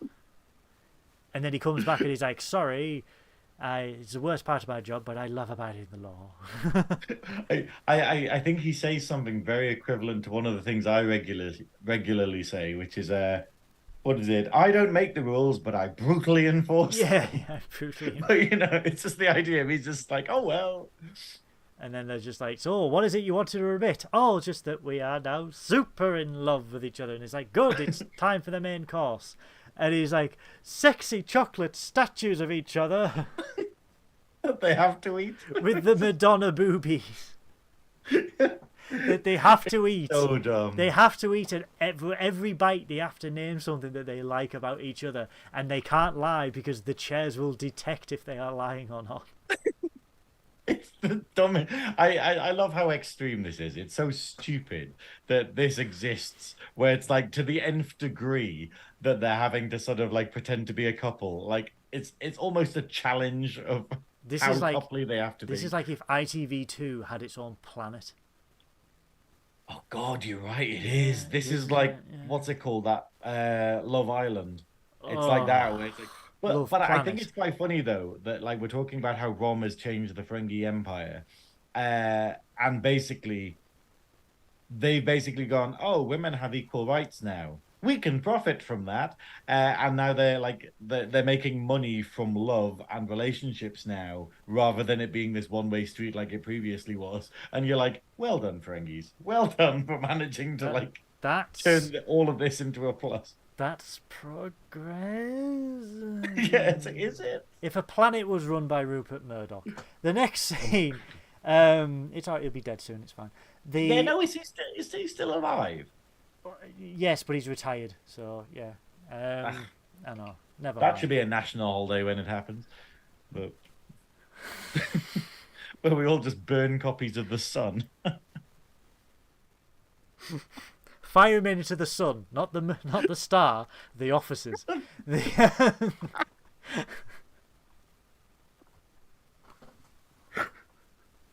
I'm just so glad that we haven't managed to make this episode political or anything.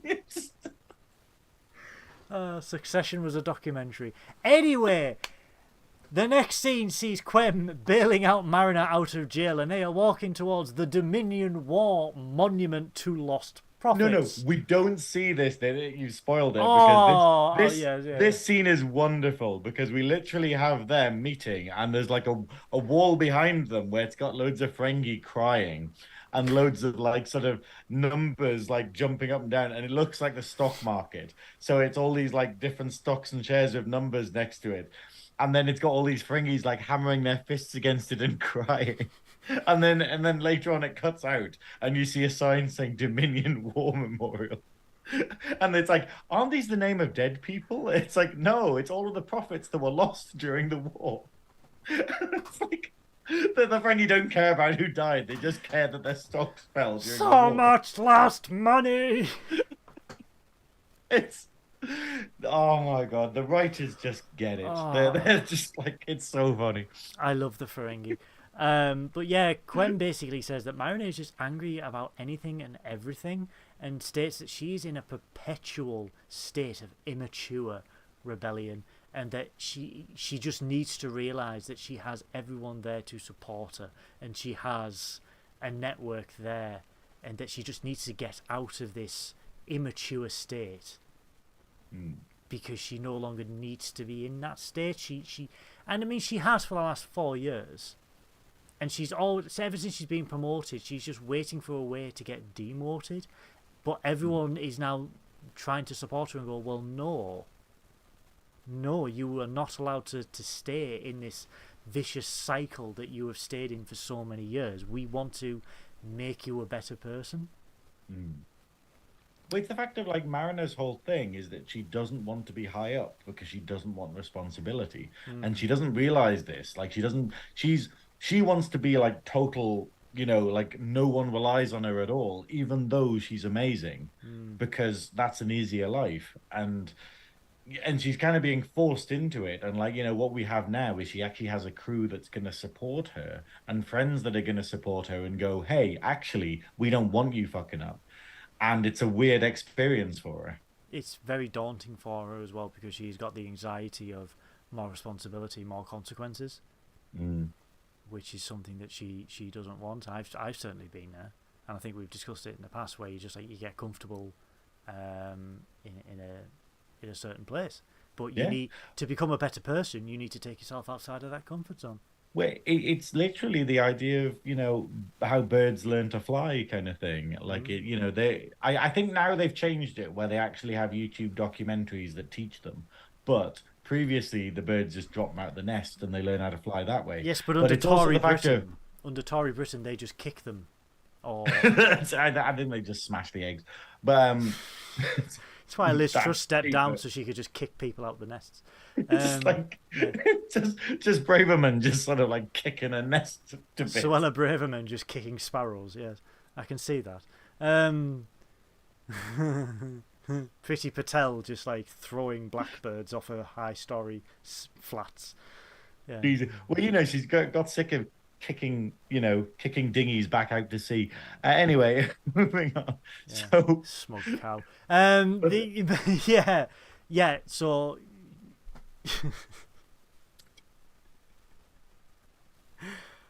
We're nearly at 2 hours, aren't we? We're like an hour and a half. We're fine. We've got half an hour. It's okay.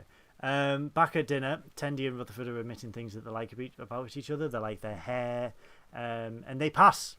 They absolutely pass. They barely pass it because the fact is they admit stuff like they basically go, "Oh, I like your hair. I like yours too." Okay, there we go. That does it. Yeah. Whereas you know for a fact that there was a lot more that they wanted to say. And then there's a plot twist where they're just like, "Oh yes, you've passed this. However, you now must consummate your marriage." And they're like, "Not in public. No, not in public. In the blind box, which is a shuttlecraft. It's a shuttlecraft with a bed in it." Yeah, and they're just like, we won't see you, but we'll hear you, and you're just like, what?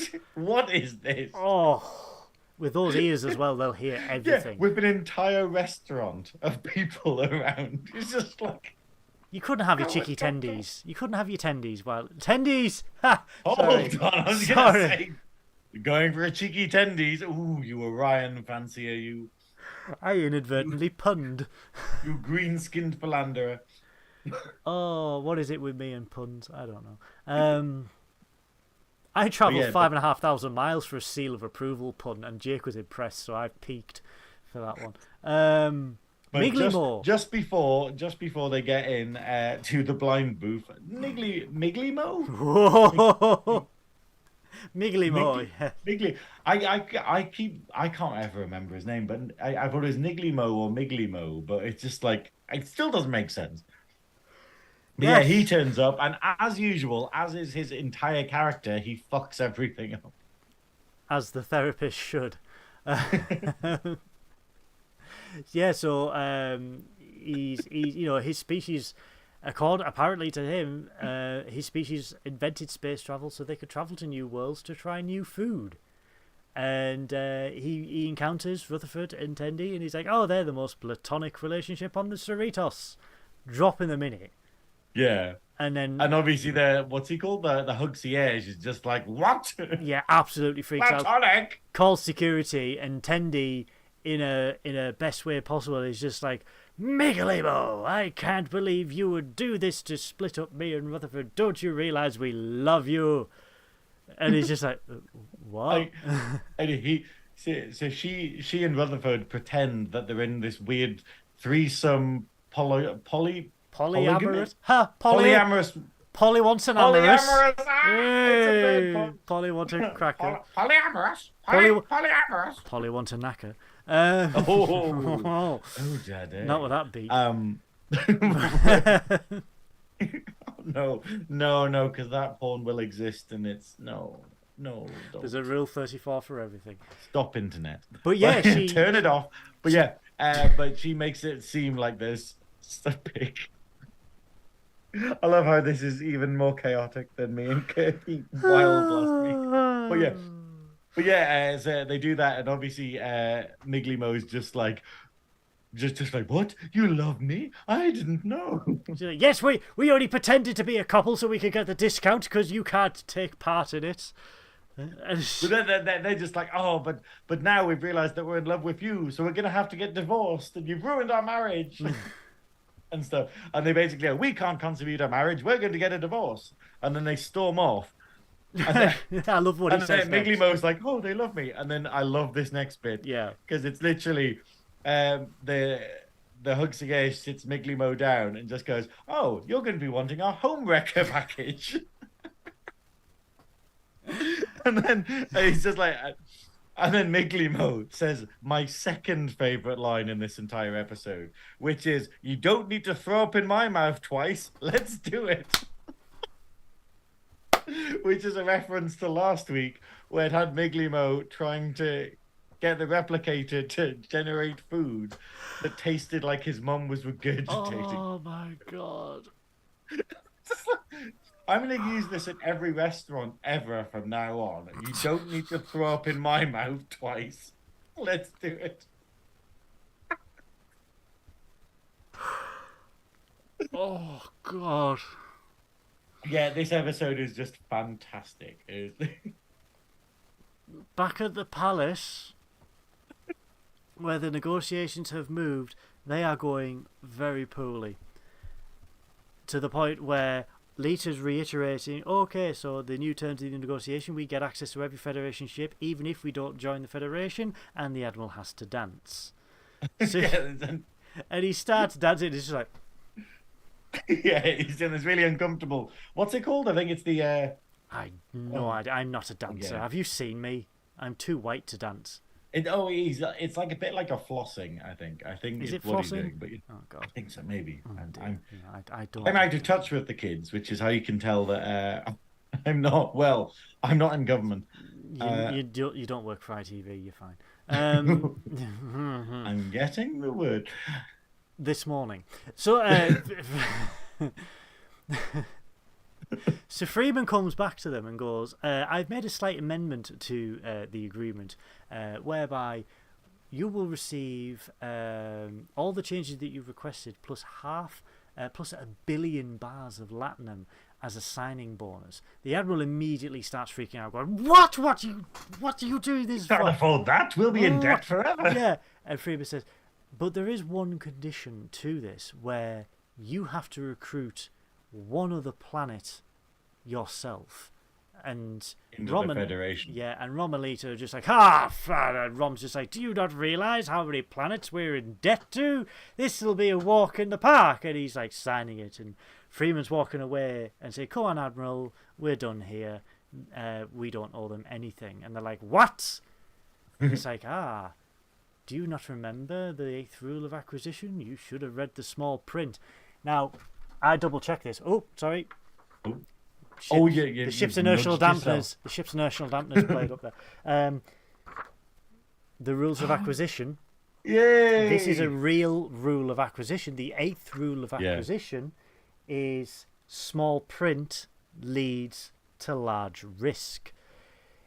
They did not check the small print when they signed the agreement, because in the small print, the planet that they must recruit is Kronos, the Klingon homeworld.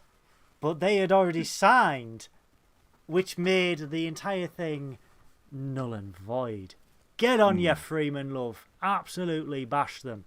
To which Lita and Rom drop the subterfuge, drop the ruse, where they're just like, we've been testing you this whole time. We don't want to be doing deals with rubes and suckers. And Rom eventually agrees to sign. But that's it. They do it where it's basically been, they were just having fun and they were trying to see how far they could go with it. Yeah. But it's the fact of now that they've realized that there's actually people savvy enough to see through their, tricks or whatever, they're going to actually sign the original agreement. And I got really excited because I was like, wow, this means that like the Ferengi have joined the Federation, which is massive, a massive deal. Yeah. But this is the first step. Like, it's not, basically this is the initial kind of like, hey, beginning of negotiations, we passed the first step and then there are other things coming. So it's great. It's a massive sort of like jump in the lore, I think. But yeah, it's not all the way yet. But it's the progress that the TNG world needed, because let's not forget, like, the whole point of Mike McCann's universe of where it is. It's like the world didn't stop when Voyager ended. The world carried on. Things happened. This is the natural progress of, this is 5 years after Nemesis. So it's like the world was still changing. Yes, it was still recovering from the Dominion War, but things were still progressing even though we weren't here. So it's sort of a case of, again, like with special guests, they don't make a song and dance about it because they are there, because they still exist in that world. Like next week they might have Worf, they might have fucking Janeway come in. Do you know what I mean? But they're not going to make a song and dance about it because it's what I think they're going to have? I bet they're going to have. Why am I? Sorry, I'm so tired today that I can't remember the holographic crooner from DS9. Vic Fontaine. I bet Vic Fontaine, because he's actually really involved in the fan base. James Darren. I bet he's going to appear. James Darren is. I mean, if anyone's watched his episode on the Shuttlepod show, like, fuck, what a crooner. See, the thing is, I'm not particularly a fan of Vic Fontaine as in the character in DS9, because I just go, I feel he's a bit weird. Like, I don't think it fits in. But then when you listen to chats with Ira Stephen Bear, he was planned from the start. They literally tried to put him in since season 1, and you're like, that's crazy. But it's the fact of like listening to him on the Shuttlepod show and just being like, you knew everyone. Like he's just sitting there, just happily chatting about, oh yeah, yeah, I was here with this person, and oh, then I met Elvis, and then I did this, and and it's what a life, man. And you don't quite take in that this random character in a couple of episodes of like the later DS9 is wow. It's like Bowie just being like sort of like, oh yeah, you kind of forget that Bowie did everything and was a massive star, and then he just appears randomly in an episode of like extras with Ricky Gervais. And He you're did like, it all. what? Like, yeah, he did it all. But I mean, this was the same thing when we were discussing on Discord, on the Nerdy Up North Discord, because Chris has got to season 2 of The Next Generation, and he's just like, Whoopi Goldberg's in it, and we're like, yeah, Yeah. because she was a massive, massive Star Trek fan. Because of Uhura. Because of Uhura, it was on her in her house when she was younger. She was a huge Star Trek fan. She wanted to be on The Next Generation since it was commissioned.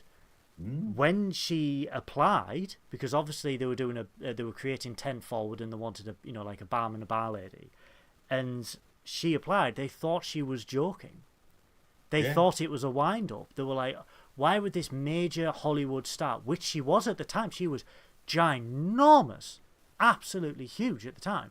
Why would this person want to be on a pokey little sci-fi show for Paramount or whatever channel it was at the time? Until she turned up for the audition, and then she convinced Gene Roddenberry. She was like, I am a really serious Star Trek fan. So they created the role and then modified it around Whoopi Goldberg. And it's weird because it's like, yeah, there are serious people. It's like Star Wars. If you look at the random amount of famous people that have been in Star Wars, but not their face. Like they've been stormtrooper. Like Daniel Craig was a stormtrooper in The Force Awakens. And it's like, why would you put Daniel Craig? Because he was a fan and he didn't care. I just wanted to be Simon Pegg is in The Force Awakens. Yeah, he is literally like a random monster, like at the beginning, and you're like in total prosthetics, and you're like, that's Simon Pegg. Why are they not showing that it's Simon Pegg? So it's like it's like now with all the new Star Trek, it's like I'm very surprised that like famous people have not gone like, can I be a guest?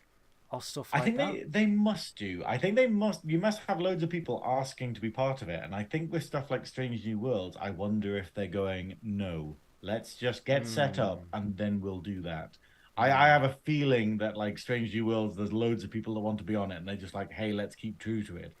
But do you love it? It's like the interview for the Shuttle Pod show when they had Tim Russ on, and Tim Russ was going, I want to be on Star Trek. And he was desperately trying to get on. And his agent was like, don't do this. Like, here, take this massive lucrative like acting role. And he's like, no, Star Trek's casting, and he's just going, like it's, I mean, we talk about it. The fact is we love to like appear as a background character or something in Star Trek. It is I mean, it is when I went to Paramount Pictures over there, and it was sort of like a pilgrimage, because you are literally going to it's like if when people go to Warner Brothers Studios in London for Harry Potter, it's like that's where it was made. For me, it was Paramount in Melrose in LA, and you have to, when you walk through the gates, you have to touch the gate and say, I'm ready for my close-up, Mr. DeMille. Do you? You have to say it, because that will that will bring you good luck. I'm ready for my close-up, Mr. DeMille. You have to say it, because it will bring you good luck. If you don't, you may get bad luck, because Paramount Pictures is apparently one of the most haunted sets in LA. Because a lot of people died there. It was built on, I think part of it was built on a burial ground as well. It's a lot of, But Mark, it's like, let's build our picture studio on an ancient Indian burial. Actually, to be fair, most of America's an ancient Indian burial ground. Mark can probably confirm that, because his office was literally to the left of the gate. So he probably heard it near enough every day. But it was... We should actually ask him, like, if he's had any spooky things there. So... being there, and it was more stage 8 18 and 15, because obviously every stage has a plaque of what's being filmed there, what's being made, and anything of recognition. Yeah. To be at stage 8, where it's just like, this is stage 8, The Next Generation, Deep Space Nine, Voyager, Enterprise, First Contact, Generations, Insurrection, and you're just like, this is literally where The my Wiggles. child, the Wiggle, Days of Our Lives. This is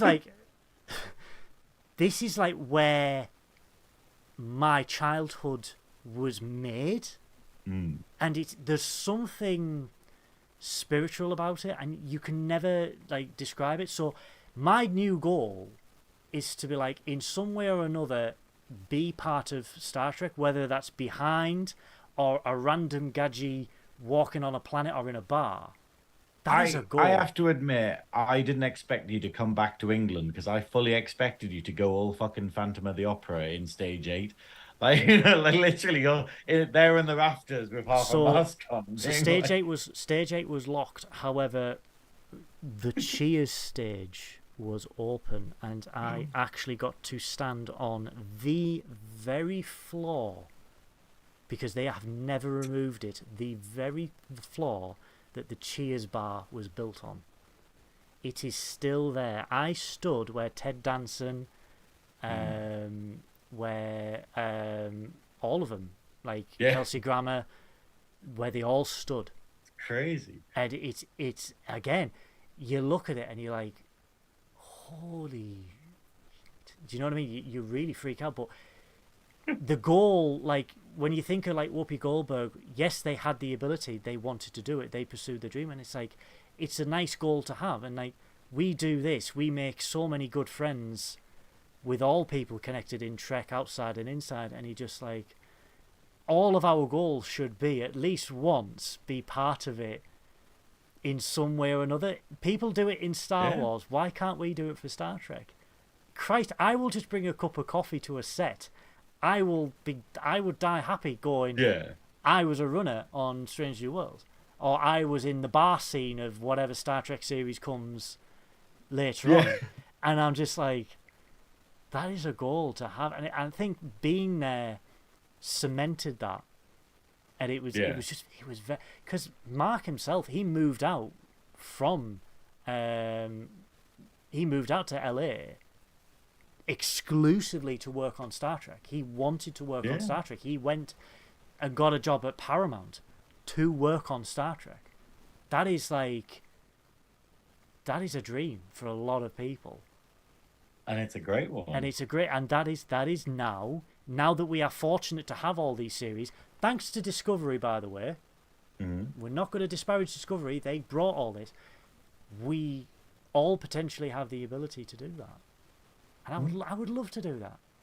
If the filming a Star Trek series, I'm just going to send an email, go, this is what we do, we love Star Trek. Can we just be a random fucking alien in the corner? Yeah. Do you need any untalented people? Do you need a goose? And they're just like, that's not a thing. And I'm just like, oh, too late. I'm already here. They're an offshoot of Miglimo's race. They are the Geesians. They're not good therapists. You don't need to throw up in my mouth twice. Let's do it. There's a t-shirt. Okay, we need to finish this episode. We do, because we've got one more scene left. We've got one scene to go, but say what Lee's saying in the chat. Lee said, I thought Star Trek made her a movie star because you didn't have movie stars going from movies to TV back then. Yeah. You didn't, but now it's a more common occurrence. Look at Sylvester Stallone. Almost like films are dying. It's almost like no one's going to the cinema except Paul with the only ultimate card in the UK. They're just like, you want an ultimate card? Hold on. Yeah. Here's one. But yeah, so the last scene, obviously they're back on the Cerritos. The negotiation's gone well. They've all returned from their tours, or so we think. And Ransom walks in and asks how everyone's trips were. They didn't go well. But Rutherford and Tendi are sort of like, we realise we don't have any natural chemistry, and then immediately display natural chemistry by mounting each other in a Jeffries tube to fix some relay. Totally platonically, definitely not humping. But then they realise Boimler is missing. Where is he? So he contacts him. And Boimler, for the last 8 hours straight, has been watching Will They, Won't They? He's literally in his underwear in a hotel bed, covered in like with mess everywhere. Oh, that was me He's just last become week. a crazy hermit. That was me last week. Covered in goo, wondering where I was. Oh, daddy. But yeah, he admits he's been watching Ferengi TV for 8 hours straight. And he's like, I'm so sorry, I didn't do anything I was planning to do. And he's just like, oh, don't worry about it. You let yourself loose. However, I have... Hold on, before, but what we see is what he's watching on TV. And it's Will They, Won't They? And we get to see a gay kiss between two Ferengis, which is... I love this. I love how Lower Decks is just like, fuck it, gay bisexual characters, fuck it, they're in Trek now, fuck off haters. I love it, and I just because we get this kind of foreshadow a little bit that the Ferengi don't give a shit about sexuality. Like for all of their problems, it's the fact that we do have an episode in like DS9 where it's a bit of a spoiler, but basically, Quark gets a new like barman. And the barman is incredibly savvy, and then it turns out, and they get incredibly close, and then they start going a bit too close, and then Quark's a bit like, oh, I have feelings for this person, and then it turns out that actually it's a female Ferengi in disguise, pretending to be a bit like Mulaning it up, to basically be able to like have a job and profit and stuff. Look me in the eyes. And nobody kind of cares about the fact that it's two guys. Look me in the eyes and tell me that is not a Blackadder 2 reference. It probably is, to be fair. If they're referencing Garth Marenghi, it probably is. Like, that is my fit. I love how I've got that episode as quotes on my Twitch channel. It's a steady job. Yeah. Oh, please go on the game. It's a steady job. You don't even have to leave. You can work from home. Why travel all the way to London? Why walk all the way to London when you can make a fortune lying on your back? That is literally the cold open of the episode, and it is one of my favorite things in all of Blackadder. But that is a phenomenal episode of Blackadder 2. It's oh my god! I love Blackadder. Anyway, we need to finish this episode. So the authorities barge through with the electric whip, which we haven't seen since the first series of TNG. I love it. It's the final in a whole episode, which has been bountiful with references to TNG. I think it's wonderful that we get the whip appears, which is one of the things where they're like, maybe we should stop the Ferengis being monkeys with like electro whips, but they're like, no, we're gonna bring it back. Advance and Nexus Sluggo Koala. Yeah, I do quite like that, but remember, if you can remember the heady days of earlier this year when we were super excited about Picard Season 3, where Sluggo Koala got referenced, and we went absolutely nuts for it, because they're like, a DS9 reference in Star Trek, and then Lower Decks has just totally spoiled us with stuff. Like, Sluggo Koala gets mentioned about 9 times in this episode. And it's again, ludicrous. Paramount, why are you not making Sluggo Koala? Could you imagine what it'd be like if you actually released slimy cola? They could just flavour syrup. Oh, God.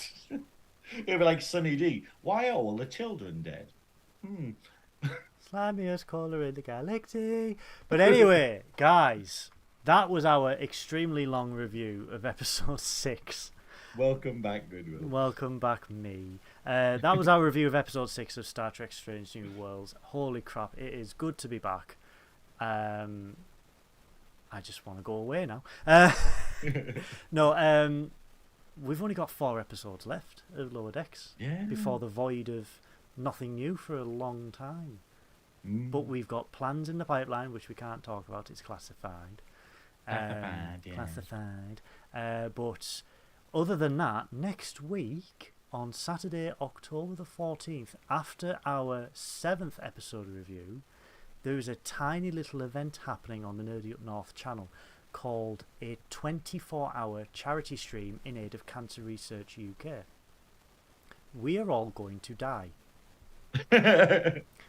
Well, we aren't necessarily because we're No, not going to I'm be there for resting. the full thing. Yeah, I'm resting. But we are appearing.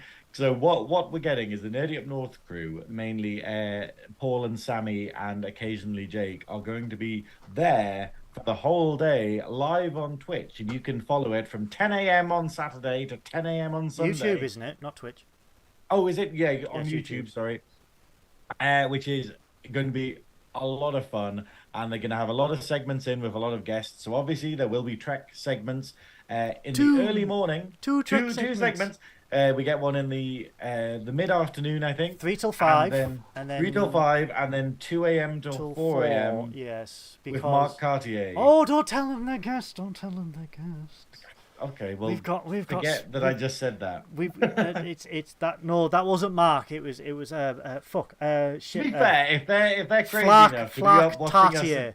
There we go. It's Flac Mark Tartier. Cartier, Flac Tartier. It's Blue Berryman, the Barrymore. the non-union equivalent of Mark. But we will have no. In all seriousness, Mark is supporting us. Obviously, we have other special guests which we will announce. Which I would spoil if I hadn't forgotten. We will announce No. throughout the week, as well as other guests for other segments. We will have retro gaming. We will have a Monsters Up North segment.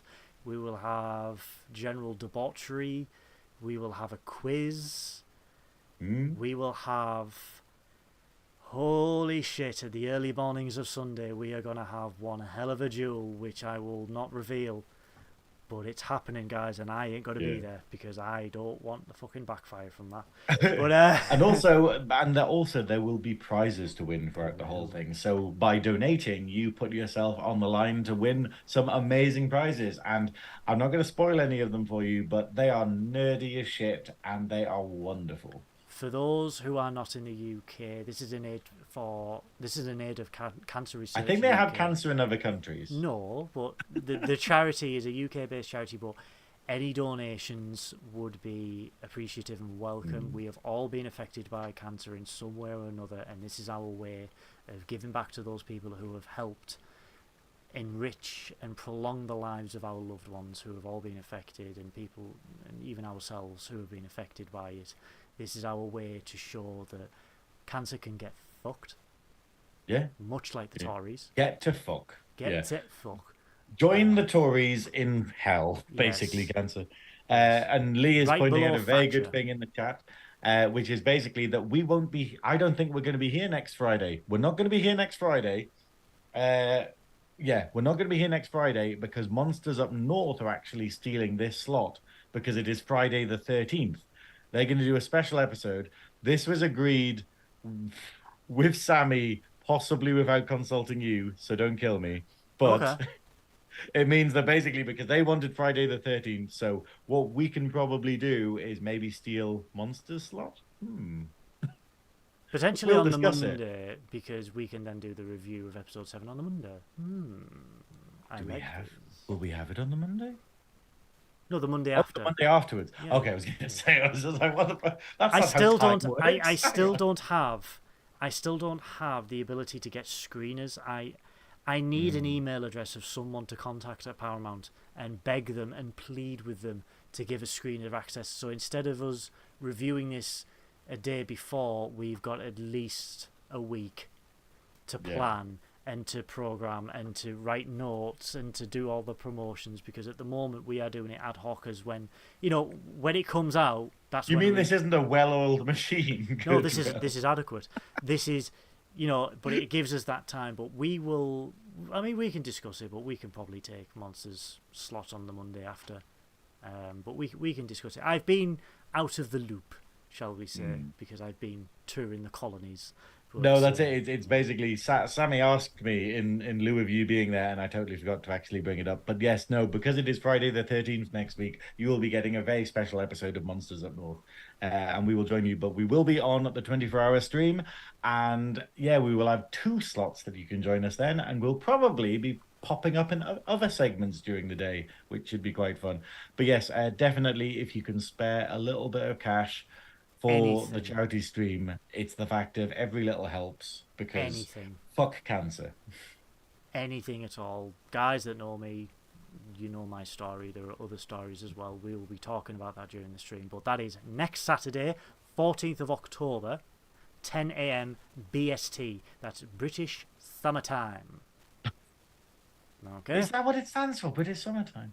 British Summertime. I never knew that. Because you know how great GMT is, Greenwich Mean Time. And This you're is like going, BST. oh, yeah, okay. But then when the clocks go, it'll be GMT.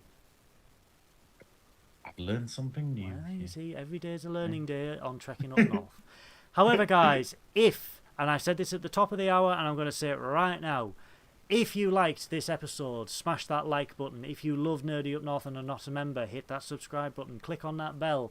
Every little tiny thing that you do helps us with the algorithm, helps us get out to more people. If you are listening to this on Spotify and iTunes, do what you need to do on there to like us, share us. They've missed a lot of us just laughing. Just laughing, like, yes. They'll just probably just hear me snorting every now and then. He's become a pig. We are on Spotify and iTunes. If you want to know more about Nerdy Up North, if you want to see whatever else we do, we've got a YouTube channel which is full of amazing content. We have a Twitch channel. We are available on all social media platforms. We also have a website now. We've got various websites, don't we? Isn't that lovely? Sammy's been setting that up because she's very talented, hasn't she? Really she's so talented. You can search Nerdy Up North on Google for the website. Links to everything that we do are down below. Our friends, Clone Star, Shuttle Pod, Captain's Quadrant. We have got JL Sorry. We've got the lovely 55-foot Viking musician that is Adam. We've got a link to his music below. We've got the Velvet Snatch. We've got the Girl Podcast. Are you twitching tonight, Synoiz?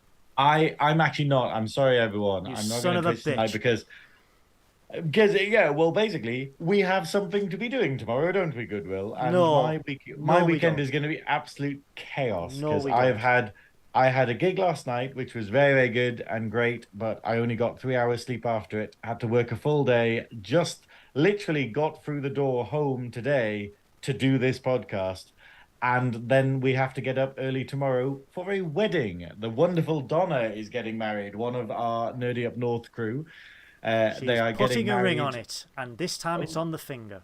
So yeah. he's missed. It's a terrible hoopla. The aim was off slightly, but yes. This isn't the right finger for this hole. Anyway. I will be in my best Starfleet dress uniform because that's the only thing that fits me. Yes, the lovely member of Nerdy Up North, Donna, is getting married to the founder, CEO of SunnyCon, Mr. Isn't Tuckwell. it crazy? Very crazy. They are getting married tomorrow, but I will not be drinking. I will be sober because I have to drive. So I will be a good boy. I will have non-alcoholic beverages, unlike tonight. I'm annoyed because I have to miss the evening do. So I'm going to be there for the morning and the afternoon, but then I have to miss the evening do because I'm at Hartlepool Folk Festival this weekend, and I'm performing various bits on the Sunday. But on the Sunday night, I'm hosting the cabaret. And I did it last year, and surprisingly, they asked me back because I thought I made an absolute pig's ear of it. And I'm absolutely terrified. I'm genuinely terrified of doing this cabaret again. So because, you should. It's a tough one, and it's even though it's me and Theresa May. I keep pronouncing it wrong. Theresa May doing bits of it. It's really difficult because the problem is the word is kind of chorizo, but then. It's meant to be Theresa because it's meant to reference Theresa, but then no one gives a fuck about a Tory who doesn't have any power anymore. So I'm like wondering whether it's become Theresa now. She didn't back then because she would have sorted fucking stopped fucking Brexit if she had a spine. But anyway, moving on. But yeah. So I'm doing that. So I can't be there for the whole thing, which is very upsetting. But then on Monday, I will just die. I'm thinking Monday, I'm just going to settle down and just die. And then that'll make the rest of the week a bit easier, you know? And then we'll have to resurrect you for the charity stream.